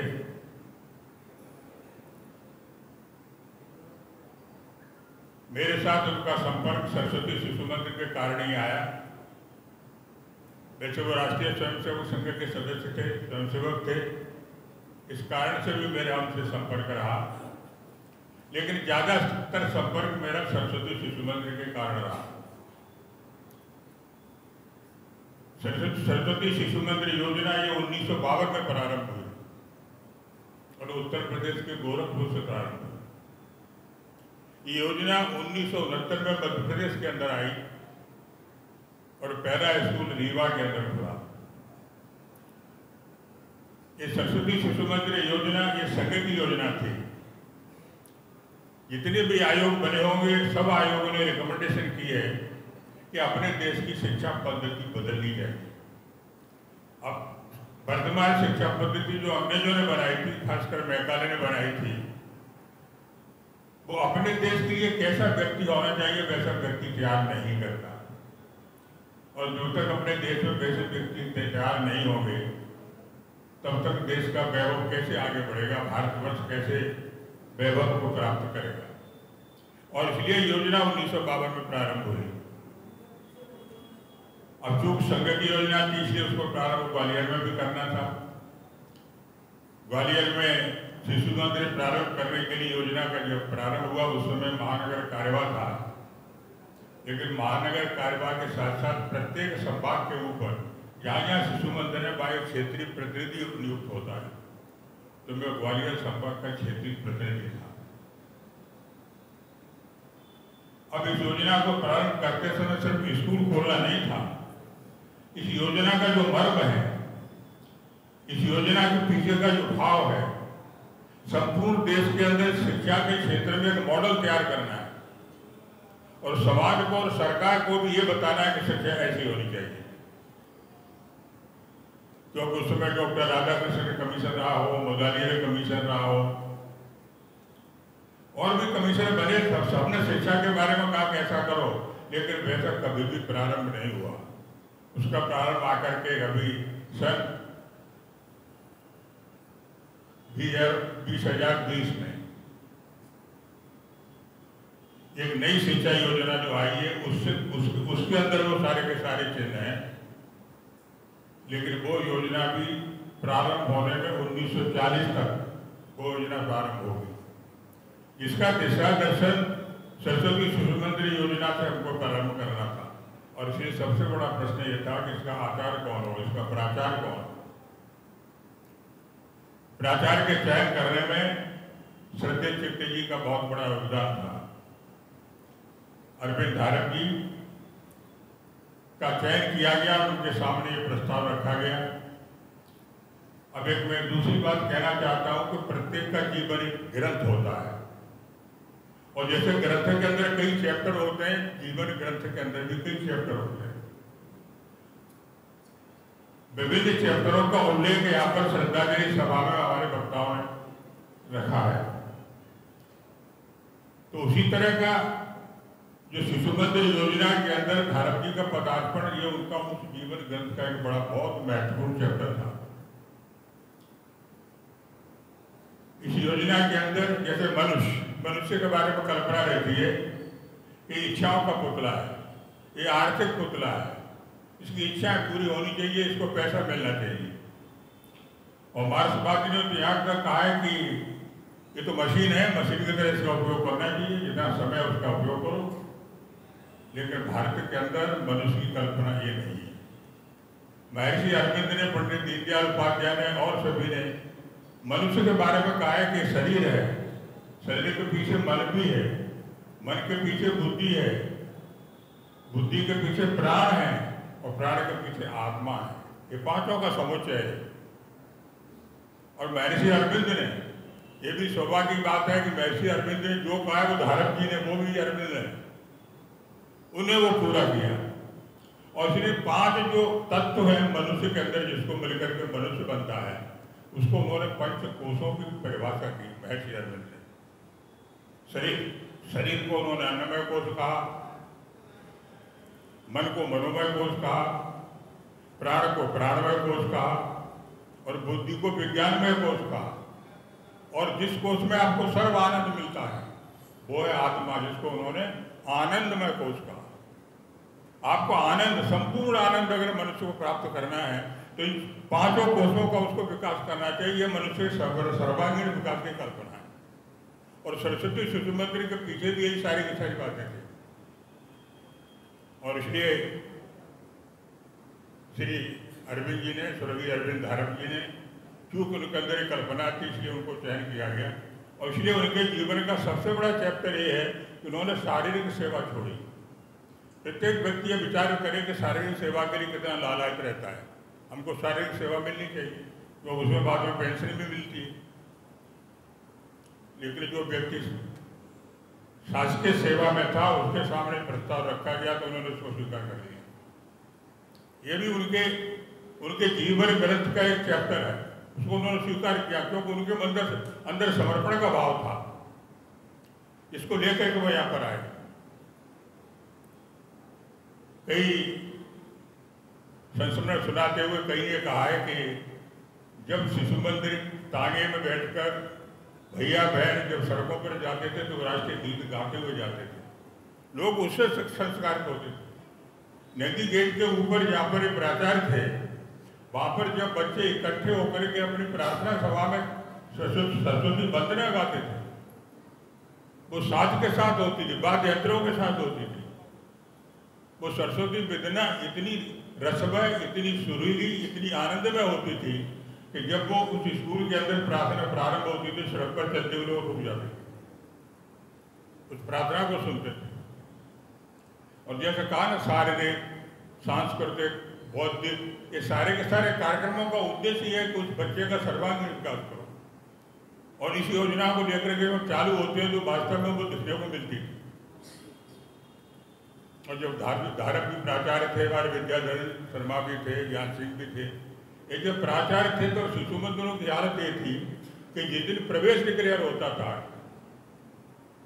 1 जुलाई को प्रवेश होंगे तो रात को 12-1 बजे जाकर के शिशु मंदिर पर लाइन लगाकर लोग सो जाते थे।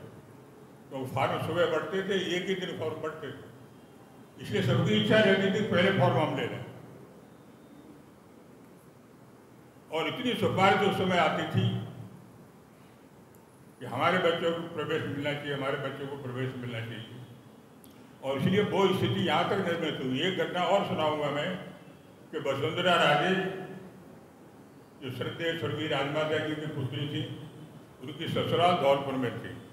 एक बार जब वो वहाँ से गुजरी तो उन्हें शिशु मंदिरों का जो क्रियाकलाप था, जो प्रार्थना थी, इसको सबको सुना और सुनकर के उन्होंने अपनी पूज्य माता जी से, श्रद्धेय राजमाता जी से निवेदन किया कि मेरी ससुराल धौलपुर में है, धौलपुर में एक शिशु मंदिर मुझको उसी तरह का प्रबंध किया।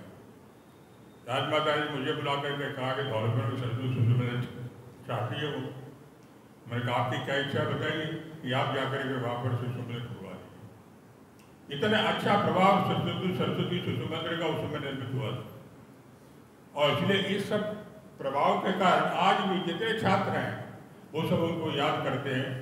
और आज जो मैंने यहाँ पर देखा है, छात्रों ने अपने संस्मरण सुनाए हैं, आचार्यों ने अपने संस्मरण सुनाए, और उसको सुनकर के मुझे ऐसा लगता है कि मुझे में धारप ये सारे रूप से हमारे बीच में उपस्थित नहीं होंगे, लेकिन सबके अंतःकरण में वो उपस्थित हैं, सबके अंतःकरण में वो जिंदा हैं। और इसलिए किसी भी व्यक्ति के जीवन के अंदर जो इस तरह के काम होते हैं और जो उनके अंतःकरण में निवास करता है, वो सबसे बड़ी जीवन की सफलता होती है। मुझे पौराणिक कथा ध्यान में आती है इस सबको देख करके कि भगवान राम जब लौट करके लंका विजय के पास अयोध्या पहुंचे थे तो वहाँ पर एक विजयोत्सव का आयोजन हुआ। विजयोत्सव के आयोजन के अंदर जितने लोगों का उसमें योगदान था उन सबको पुरस्कार देना था, उनके सबके नाम लिखे गए, उतनी पुरस्कार की व्यवस्था की गई। कार्यक्रम प्रारंभ हुआ और संपन्न होने को आया तो माँ सीता ने देखा कि इस विजयोत्सव के अंदर जिनका योगदान है उनको पुरस्कृत किया जा रहा है, लेकिन हनुमान का तो कोई नाम ही नहीं है। अच्छा, हनुमान बात थे भी नहीं, वो तो उन्होंने पेड़ पर बैठे हुए, उनको इच्छा भी नहीं थी कि उनको कोई पुरस्कार मिले। लेकिन माँ सीता ने कहा कि हनुमान को जो विजयोत्सव में जो तक पुरस्कार नहीं दिया जाएगा तब तक कार्यक्रम सफल नहीं होगा। लेकिन आश्चर्य की बात यह है कि पुरस्कार खरीदने वाला जो व्यक्ति रहा था वो उतने पुरस्कार लाया था जितने सूची में नाम थे। तो हनुमान जी को बुला तो लिया गया, लेकिन पुरस्कार तो था ही नहीं। तो तो माँ से सीता ने अपने गले से मोतियों की माला उतार करके भगवान राम को दी कि आप इस भीम को अभिनंदन करिए। हनुमान जी ने मोतियों की माला लेकर के तुरंत एक मोती को अपने दांतों से काटना शुरू कर दिया। माँ सीता को देख करके बड़ा आश्चर्य भी हुआ और अच्छा नहीं लगा, ये क्या कर रहे हैं। तो उन्होंने तुरंत उनको पूछा, क्या कर रहे हो? कि मैं मोती के टुकड़े करके देख रहा हूँ कि इसमें राम और सीता हैं कि नहीं। तो भगवान राम ने कहा कि उसमें तो देख रहे, तुम्हारे अंदर हैं क्या? हमने चित्र देखा होगा। हनुमान जी ने पूरा बच्चस्थल फाड़ करके दिखा दिया, देखिए राम और सीता। इसलिए व्यक्ति की जीवन की सबसे बड़ी सफलता यह है कि अगर वो किसी के अंतःकरण में विराजता है, और जैसा मुझे आज लगा तो धारक जी शारीरिक रूप से हमारे बीच में नहीं होंगे, लेकिन उनकी प्रेरणा, उनका बताया हुआ मार्गदर्शन हम सबके हृदय में है, ये हम बनाए रखें। और श्रद्धांजलि सभा का उद्देश्य भी यही होता है कि हम श्रद्धा सुमन तो अर्पित करें, लेकिन श्रद्धा सुमन अर्पित करने के साथ साथ उनके जीवन के जो कर्म हैं वो कर्म हमारे जीवन के अंदर उतरें, और वो अगर उतरते हैं तो वास्तव में श्रद्धांजलि सभा की भी सफलता है, और जो मनुष्य ने अपना जीवन किया है उसके जीवन की भी सफलता है। इन्हीं शब्दों के साथ मैं स्वर्गीय धारक जी को अपनी श्रद्धांजलि अर्पित करता हूँ। बहुत बहुत धन्यवाद।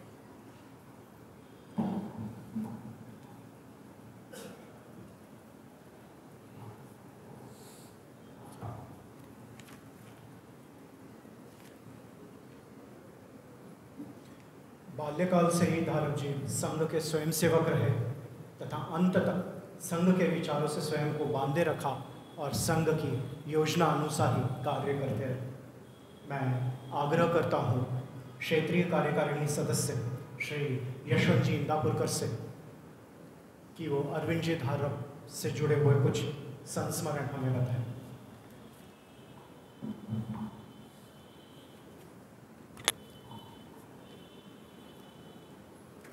आज की इस श्रद्धांजलि सभा में जैसा प्रारंभ में ही कहा गया कि आदरणीय अरविंद जी के व्यक्तित्व को शब्दों में बांध पाना बहुत कठिन है, और जिस प्रकार के संस्मरण आए हमको लगता है कि वो सागर में से कुछ मोती ही हम चुन पाए हैं।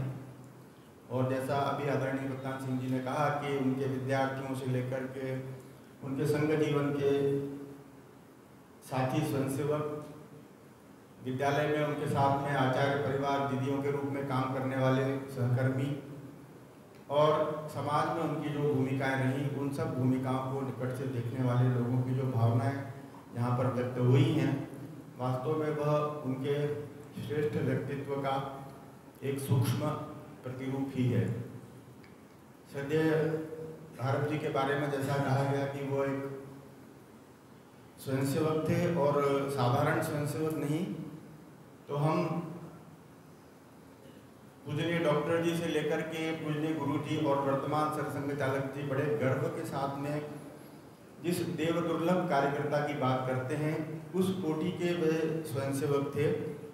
वे उन ऐसी अनगिनत नींव के पत्थरों में से हैं जिनके कारण आज हम यहाँ गर्व के साथ में खड़े हैं। संघ के दायित्व का परिचय देकर के हम समाज में सम्मान पाते हैं, वो वास्तव में ऐसे तपस्वियों के कारण ही है। इसलिए ये श्रद्धांजलि सभा आज उनके जो रक्त संबंधी परिवार है उसका कोई भी सदस्य यहाँ नहीं है, पर यहाँ जितने भी लोग हैं और नहीं भी हैं वो उस बृहद परिवार का हिस्सा है जिनको लगता है कि अरविंद जी हमारे थे, हमारे घर के थे, और वो सब आपने अपनी भावनाओं में यहाँ पर व्यक्त किया है। तो वास्तव में वो देव दुर्लभ स्वयंसेवक ही नहीं, परंतु शायद संघ कार्य को साकार करने के लिए इस कलयुग में जैसा कहा जाता है कि संगठन की शक्ति के आधार पर ही सज्जन शक्ति की विजय होगी, तो ऐसी अनेक पुण्यात्माएं जो ईश्वर के द्वारा भेजी गईं, ऐसे अनेक अंश इस धरती पर आए, उन्हीं में से एक आदरणीय अरविंद जी धारक रहे। हमारा परम सौभाग्य है कि जिस आपातकाल का उल्लेख आदरणीय वसंत कुंटे जी ने किया, और उस समय सब प्रकार की आपत्ति थी। धारक जी जहाँ रहते थे वो महल का परिसर था, और वहाँ रहना बहुत संकट भरा था। इसलिए उस समय मैं तो बहुत किशोर या बाल स्वयंसेवक ही था, और शायद संघ की योजना से ही यह व्यवस्था की गई कि वो हमारा जो एक बृहद परिवार जो राम मंदिर चौराहे पर होता था, उसमें उनके रहने की व्यवस्था की गई। 2 कमरे थे, उनमें से भी आधा रसोई घर था, बच्चियां थीं, पर हम सब वहाँ पर एक संयुक्त परिवार की तरह रहते थे। और आज भी वे परिवार जो सारे हैं वो उसी प्रकार से जुड़े हैं। और उस बाल स्वयंसेवक के रूप में उस आपातकाल के कठिन दौर में धारप जी के साथ जो संपर्क आया, शिशु मंदिर कहीं पर भी बाधित नहीं हो, नदी द्वार का परिसर खाली करना पड़ा। उसके बाद में उनके साथ के आचार्य दीदियाँ बैठे हैं, शायद जनकगंज में कदम साहब के बाड़े में वो विद्यालय चला गया, पर विद्यालय को उन्होंने बंद नहीं होने दिया। और जिसकी विद्यालय की जो ख्याति है उसके विषय में यहाँ कहना पुनरावृत्ति होगी, और वो उनके विद्यार्थियों से अच्छा कोई नहीं कह सकता। और उसके बारे में बहुत कुछ कह भी दिया गया है। एक व्यक्ति के रूप में उनका जो जीवन था उसके बारे में भी बहुत कहा गया। और वास्तव में हम लोगों ने तो सौभाग्यशाली रहे कि वो हमें परिवार के बुजुर्ग की तरह लगते रहे। और अंत तक हम सहज, कभी भी मन हुआ तो मैं, पत्नी, बच्चे, हम उनके यहाँ जाकर के और सहज रूप में बैठते रहे। और वो भी अपने मन की सारी बातें एक संघ के स्वयंसेवक या दायित्ववान कार्यकर्ता के नाते ही नहीं, वरन एक अभिभावक के रूप में, चाचा कह लीजिए, उस रूप में चर्चाएं करते थे। विद्यालय अच्छा चल पड़ा, प्रारंभ के बहुत सारे कष्ट थे, लेकिन उनका जीवन कितना निष्प्रह था। मेरे चाचा जी के तो बहुत ही अभिन्न थे। और महेंद्र जी भी यहाँ बैठे हैं। कई बार उनसे कहा गया कि काका अब आप स्कूटर से मत चला करो, आप विद्यालय इतना अच्छा चलता है, आप एक गाड़ी ले सकते हो, वाहन की व्यवस्था, चालक हो सकता है। लेकिन वो जीवन भर जब तक उनसे बन पड़ा स्कूटर पर चले, और बाद में भी जब आते थे तो ऑटो करके ही आते थे। और आज जब विद्यालय की स्थिति वो छोड़ करके गए हैं, जब उसके बारे में कुछ जानने का अवसर मिला तो मुझे उनके प्रति जो श्रद्धा थी वो और भी अधिक बढ़ी, कि वास्तव में उन्होंने स्वयं के लिए उस विद्यालय से कभी कोई अपेक्षा नहीं की, जबकि वह विद्यालय उनके नाम और उनके काम के कारण ही और एक स्वर्णिम ऊंचाइयों तक पहुंचा था। तो आपातकाल के समय जब वो आए तो हम लोग छोटे थे, अनेक कार्यक्रम आयोजन होते थे, गणेश उत्सव हम करते थे, उसमें उनकी जो कल्पकता है, जो कला कौशल है, वो सब हमको सीखने को मिला। बहुत छोटी छोटी बातें उन्होंने सिखाई। 8-10 लिफाफे चिपकाने हैं तो कैसे उनको एक साथ रख करके और कम से कम गोंद में उनको कम से कम समय में चिपकाया जा सकता है। और घर में जिन वस्तुओं को हम अनुपयोगी समझकर फेंक देते हैं, उनका कैसे सुंदर उसके द्वारा और आकर्षक वस्तुएं बनाई जा सकती हैं। ऐसे अनेक उदाहरण हमने बचपन से लेकर के और अभी अभी तक उनसे सीखे हैं। और इसलिए उनका जाना एक बहुत बड़ी क्षति है। जो जीवन के उत्तरार्ध में उन्होंने अभिनव विद्या मंदिर नामक प्रयोग प्रारंभ किया, जिन परिस्थितियों में वो प्रारंभ हुआ उन पर भी थोड़ी बहुत चर्चा हुई है, किंतु उन्होंने कभी हार नहीं मानी और एक बार फिर से शून्य से प्रारंभ करके और शिखर पर वो उस संस्थान को लेकर के गए। उस संस्थान में सदस्य के नाते तो एक अलग बात है, किंतु आखिरी के कुछ वर्षों में वो बहुत सारी चीज़ें चर्चा करते थे। विद्यालय आगे कैसे चलेगा उसके विषय में शायद उनको लगता था कि मुझसे बात करना मतलब संघ के किसी अधिकारी से या परिवार के किसी युवा से बात करना, ऐसा उनका भाव रहता होगा। इसलिए वो पहले से पूछ लेते थे तुम कब हो, घर पर समय है क्या, मैं आता हूँ। और वो आकर के बहुत सारी बातें विद्यालय को लेकर के कहते थे। जो लोग यहाँ बैठे हैं उनको पता है वो परिसर खाली करने का भी विषय चल रहा था, उसका भी वो संघर्ष कर रहे थे। पर विद्यालय चलना चाहिए, जो उनकी इच्छा बहुत प्रबल थी। एक प्रसंग बताना इसलिए आवश्यक है कि आज के समय में भी जब व्यक्ति के जीवन को देखा जाता है तो उसके प्रति भाव कैसे बदलता है, इसलिए मुझे लगता है मैं यहाँ पर सुनाना ही ठीक रहेगा। शायद 1-2 साल पहले का विषय रहा होगा कि विद्यालय खाली होना चाहिए और उसके लिए जिस प्रकार के भी दबाव बनाए जा सकते थे वो दबाव बनाए जा रहे थे। एक बड़े अधिकारी ने उनको मिलने के लिए बुलाया, उनको विद्यालय से संबंधित कुछ झूठे सच्चे शिकायतें इत्यादि बना करके, और इस प्रकार की पूरी योजना बनाई गई थी। वहाँ पर और भी अधिकारियों को बुलाया गया था और उनको दबाव में लेकर के, या आप ये नियमों का पालन नहीं कर रहे हैं और इसलिए उस प्रेशर में उस विद्यालय को वो खाली कर दें, इस प्रकार की योजना के तहत उनको वहाँ पर बुलाया गया। धारप जी उसमें गए और बाद में उन्होंने मुझे बताया कि वो जो अधिकारी था जिसको निर्देश थे वो भी अपने मन से नहीं कर रहा था, कहीं और से निर्देश थे। और उस अधिकारी ने जब इनसे पूछा कि आप कैसे विद्यालय चलाते हैं, क्या करते हैं, तो संक्षेप में कहें तो अंत ये हुआ कि जब धारप जी ने बताया कि हम विद्यालय इतनी कम फीस में चलाते हैं तो भौचक्का रह गया कि आप कैसे चला लेते हो, ये संभव ही नहीं है, इतनी अच्छी शिक्षा आप कैसे दे देते हो। तो वह अधिकारी जो धारप जी को डराने के लिए उनको वहाँ बुलाया था, जब धारप जी चलने को हुए तो उठ करके उनको दरवाजे तक छोड़ने के लिए आया कि मुझसे वास्तव में मैं आपको समझ नहीं पाया और आप निश्चिंत चलाइए, जब तक मैं हूँ आपको कोई परेशानी नहीं आएगी। तो उनके जीवन के ऐसे अनेकों प्रसंग हैं जो उन्होंने अपने जीवन के माध्यम से समाज को प्रभावित किया। अभी उनके सामने एक बड़ी चिंता थी कि विद्यालय कैसे चलेगा, चलाना है कि नहीं चलाना है।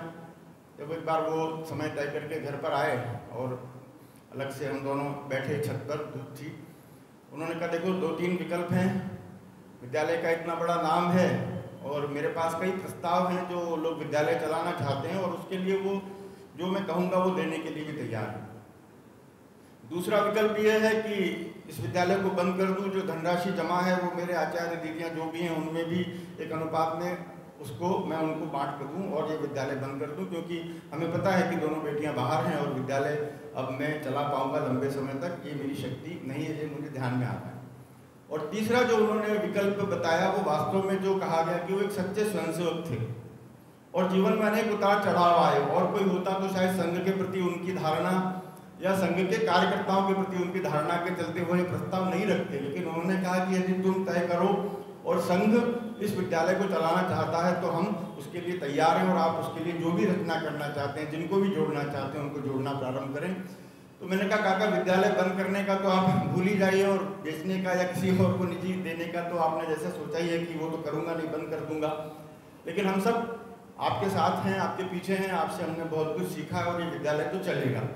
और मुझे ये कहते हुए खुशी है कि वो वहाँ थे और जैसा बताया बसंता जी से, मुझसे, महेंद्र जी से लगातार फ़ोन से संपर्क होता था, क्या हो रहा है, कैसे हो रहा है, जगह देखिए उसका क्या हो रहा है, बहुत सारी लंबी कहानियाँ हैं, लेकिन हमने उनको आश्वस्त किया कि काका विद्यालय तो चलेगा। और अभी शायद महीना भर पहले ही उन्होंने कहा कि अब समिति का कार्यकाल पूरा हो गया, तो वहाँ से उन्होंने कार्यकर्ताओं के बारे में कहा कि इन लोगों को काम दे दो, और मुझे ये सौभाग्य उन्होंने प्रदान किया कि वो सारी प्रक्रिया को ठीक से संपन्न करा करके और विद्यालय चलाना है, यह एक उनका आशीर्वाद और उनकी प्रेरणा से एक संकल्प सारी सदस्य जो थे उन्होंने लिया कि नहीं विद्यालय तो हम चलाएंगे, उसके लिए जो भी कष्ट करना पड़ेगा वो करेंगे। और समाज का और संघ परिवार, अन्य जो समवैचारिक संस्थाएं, उनका भी इतना अच्छा सहयोग उसमें मिला, क्योंकि उसके पीछे धारप जी की तपस्या थी। वो केवल एक विद्यालय नहीं था, वास्तव में एक तपस्वी की वह जो उसके जो कर्म है उसके द्वारा जो निर्मिति है, उस निर्मिति को सुरक्षित रखने का, उसके संवर्धन का एक संकल्प था। और इसलिए हमको लगता है कि उनके प्रति सच्ची श्रद्धांजलि का एक अंश तो उनके द्वारा जो खड़ा किया गया विद्यालय है उसको भली भांति चलाना ही है। और साथ ही एक स्वयंसेवक के रूप में जो उनका जीवन था, वास्तव में जो संघ की यात्रा है उसमें ऐसे जीवनों के कारण ही बार बार कहा गया कि छत्रपति शिवाजी को भी तानाजी और बाजी प्रभु जैसे लोग मिले थे जिन्होंने ध्येय के लिए अपने सारे सुख दुख को ताक पर रख दिया। संघ में भी ऐसे अनेकों जीवन हैं जिन्होंने विचार किया कि यदि हमको विचार के लिए जीना है तो निजी सुख दुख, अपने परिवार की सारी आवश्यकताओं को थोड़ा सा दूर रखते हुए, कष्ट सहन करते हुए भी हमको उस विचार के लिए समर्पण करना है, उसके वह जीवंत प्रतीक थे। श्रद्धेय धारप काकू का उल्लेख यहाँ आया है और पुनरावृत्ति का दोष होने के बावजूद उनको स्मरण करना इसलिए आवश्यक है कि वास्तव में उनके जैसी कर्मठ महिला उनके पीछे नहीं होती। वह भी हम जानते हैं कि इनकम टैक्स विभाग में बड़ी अधिकारी थी, वहाँ पर भी उनकी बहुत अच्छी, जिस प्रकार धारप जी ने एक आचार्य के रूप में अपनी ख्याति प्राप्त की थी, उसी प्रकार से धारप काकू, क्योंकि मेरे काका और उस विभाग से महेंद्र जी भी जुड़े हुए हैं, कि वहाँ पर भी उनकी बहुत अच्छी एक अधिकारी के रूप में छवि थी। और परिवार में इतने उतार चढ़ाव आए, इतनी विपत्ति आई, लेकिन उन सब में वो चट्टान की तरह उनके साथ में खड़ी रहीं। आज भी उनके जाने के बाद में धारप जी से बात हुई, काकू से बात हुई, तो उन्होंने कहा कि अंतिम 6-7 दिन वो लगभग सोडियम वगैरह का जो उतार चढ़ाव होता है उसके कारण से स्मृति दोष से ग्रस्त थे, लेकिन एक दिन पूरा दिन वो विद्यालय की बातें कर रहे थे, आचार्यों दीदियों के नाम लेकर के उनको निर्देश देना, उनके बारे में ये करना, आप ये करना चाहिए, वो करना चाहिए। तो पूरा दिन वो अपने अभिनव विद्या मंदिर के ही वातावरण में उस दिन रहे। और इसलिए हमको लगता है कि हम सब एक बृहद परिवार के रूप में, संघ परिवार के स्वयंसेवक के रूप में, कार्यकर्ता के रूप में आज उनको यहाँ श्रद्धांजलि देने के लिए आए हैं। और इतने सारे आयाम थे, समय भले ही लंबा हो गया होगा, लेकिन ऐसा लगता है कि जीवन की बगिया के अनेकों प्रकार के पुष्प जो शायद किसी एक व्यक्ति के द्वारा उनके बारे में कहना संभव नहीं था, इसलिए इस प्रकार से वक्ताओं की रचना भी की गई जिन्होंने अलग अलग जीवन के उनके पृष्ठों को यहाँ पर हमारे सामने खोलने का, पढ़ने का प्रयास किया। हम सबकी उनके प्रति सच्ची श्रद्धांजलि, उनके द्वारा प्रारंभ किए गए कार्य, शिक्षा क्षेत्र में नवोत्थान, शिक्षा क्षेत्र में नवाचार और अच्छी शिक्षा, कला कौशल, संघ की शाखा के प्रति, व्यक्ति निर्माण के प्रति जो उनकी दृढ़ कल्पनाएं थी, जो वसंता जी, प्रमोद जी के उद्बोधनों में निकल करके आई, वास्तव में बहुत अच्छे शिक्षक। और यहाँ घोष का उल्लेख थोड़ा सा रह गया था, इसलिए उसको मैं करना आवश्यक समझता हूँ। बाबा मोगे जी का भी उल्लेख किया गया, उनके व्यक्तित्व का उल्लेख दीदी ने तो किया, लेकिन वास्तव में जब वो घोष में संघ की गणवेश पहन करके और जब शंख बजाते थे, हम तो उसमें वंशी बजाते थे क्योंकि घोष में शामिल होने का एक आकर्षण रहता था, लेकिन धारप जी का शंख, आदरणीय विवेक जी भी बैठे हैं, राजेश जी सोलंकी बैठे हैं, हम सब, बाबा मोगे, वसंता कुंटे जी, तो घोष में धारप जी का व्यक्तित्व अपने आप में, और कई बार वो घोष प्रमुख के रूप में भी निकले। ग्वालियर सड़क की, शहर की सड़कों पर जब संचलन निकलता था और उसमें संघ की गणवेश पहन करके और वो घोष दंड को हवा में लहराते हुए जिस प्रकार से धारप जी चलते थे, वास्तव में वो एक ऐसी स्मृतियाँ हैं जिसको कम से कम हम लोग जिन्होंने सायं शाखाओं में काम किया है, संचलनों में निकले हैं, वो कभी भी जीवन भर में भुला नहीं सकते। और एक श्रेष्ठ घोष प्रमुख के रूप में भी उनको यहाँ पर स्मरण किया जाना आवश्यक, ऐसा मुझे लगता है। तो कुल मिलाकर के एक बहुआयामी व्यक्तित्व जिसके जीवन के कुछ अंशों को ही हम यहाँ पर स्मरण कर पाए और उनके प्रति सच्ची श्रद्धांजलि, उसी प्रकार का जीवन जीने का प्रयास करना यह होगी, ऐसा मुझे लगता है। मैं अपनी ओर से, समस्त संघ स्वयंसेवकों की ओर से उनके श्री चरणों में और श्रद्धांजलि अर्पित करता हूँ। ओम शांति।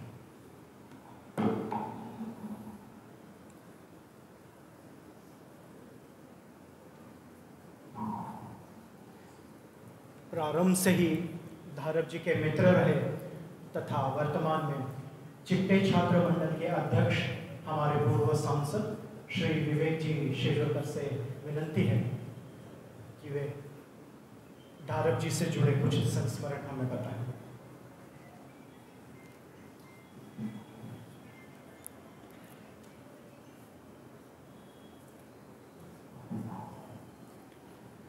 वैसे तो धारप जी से लगातार मिलना हुआ करता था, पर पिछले कुछ समय से, काफ़ी लंबे समय से हम लोग मिले नहीं थे।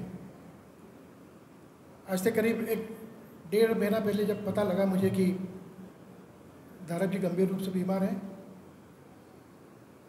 तो बहुत कष्ट हुआ मन को। और लगातार पिछले 1-1.5 महीने से मैं सोच रहा था कि कैसे जाकर के उनको मिलें, और अल्टीमेटली 21 जून को मैं उनके घर गया था बेंगलोर में, उनसे भेंट हुई। भाभी जी बता रही थी कि आज उस दिन वो इतने खुश थे, वो सब लोग उनका मजाक भी कर रहे थे कि अब तो ग्वालियर वाले आपको मिलने आए हैं, आप तो बड़े खुश हो गए होंगे। धारप जी का मुझसे बहुत व्यक्तिगत संबंध रहा। संघ का स्वयंसेवक होने के नाते शाखा से संबंध होता है, और जिस आयु में टीनेजर जो अपन कहते हैं ना, उस आयु में मैं जब स्वयंसेवक था तब धारप जी हमारे मुख्य शिक्षक हुआ करते थे। धारप जी के अनेकों एक तरह छटाओं के बारे में यहाँ पर वर्णन किया गया है। घोष के बारे में भी अभी यशवंत जी बता रहे थे। मैं भी घोष में कई वर्षों तक उनके साथ भी रहा, अलग से भी रहा।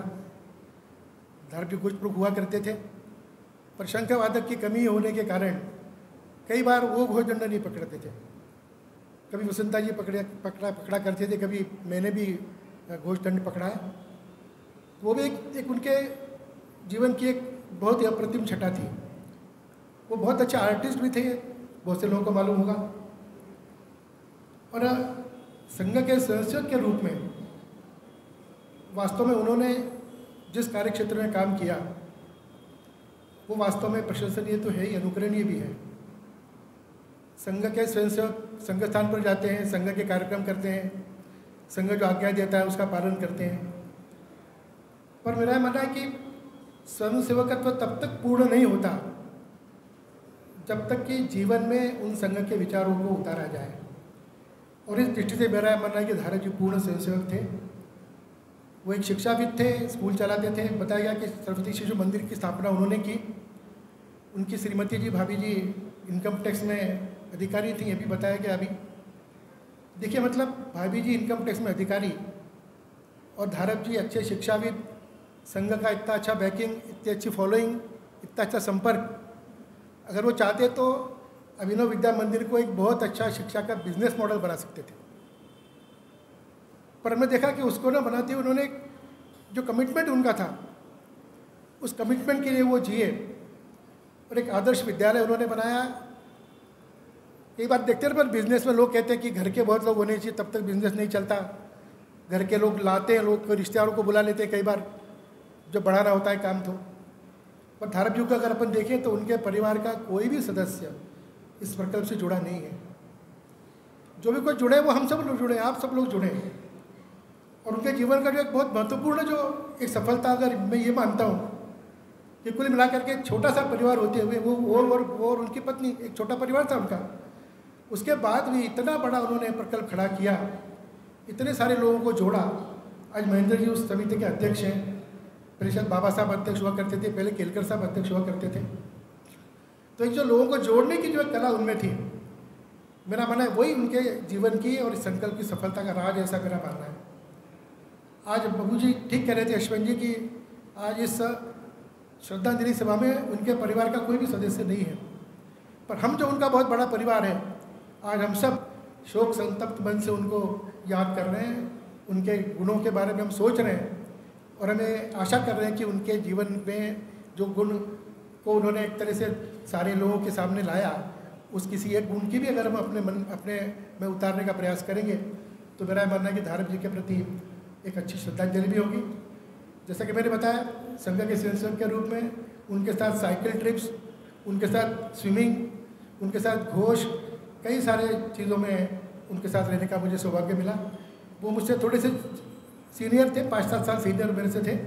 उनके साथी से यहाँ पर बैठे, विद्याधर जी उनके साथी हुआ करते थे, मुकुंदराव पराड़कर यहाँ पर बैठे हैं, रामसेव जी पता नहीं यहाँ पर है कि नहीं।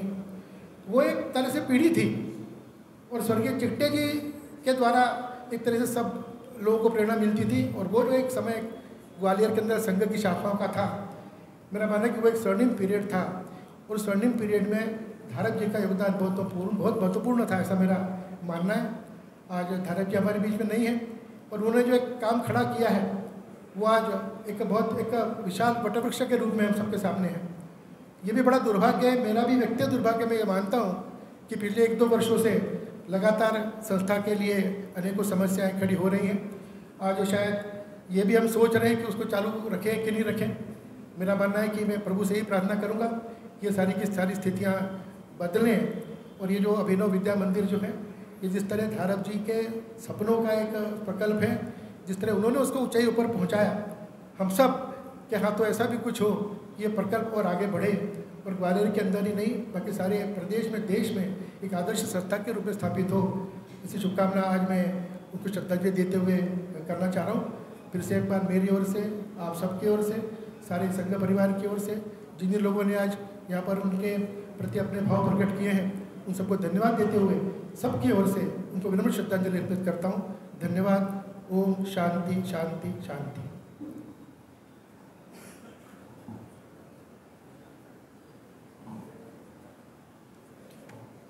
कैलाशवासी श्री अरविंद प्रभाकर धारप जी की आत्म शांति के लिए हम सभी 1 मिनट का मौन रखेंगे और ईश्वर से प्रार्थना करेंगे कि उनकी आत्मा को अपने श्री चरणों में स्थान दें। शांति मंत्र पश्चात वैयक्तिक श्रद्धांजलि स्वरूप उनके चित्र पर सभी लोग पुष्पांजलि अर्पित कर सकते हैं।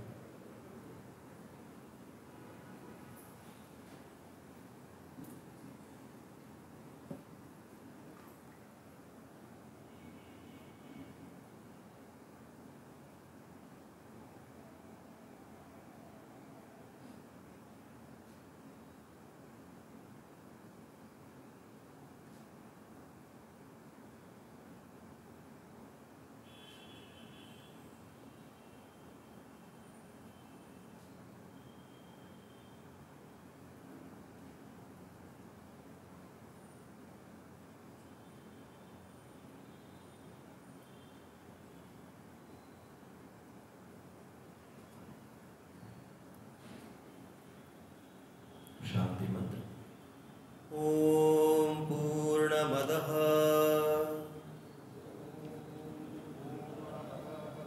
पूर्णमिदं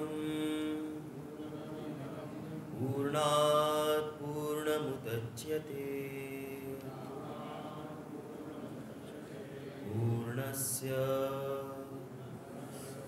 पूर्णमादाय पूर्णमेवावशिष्यते।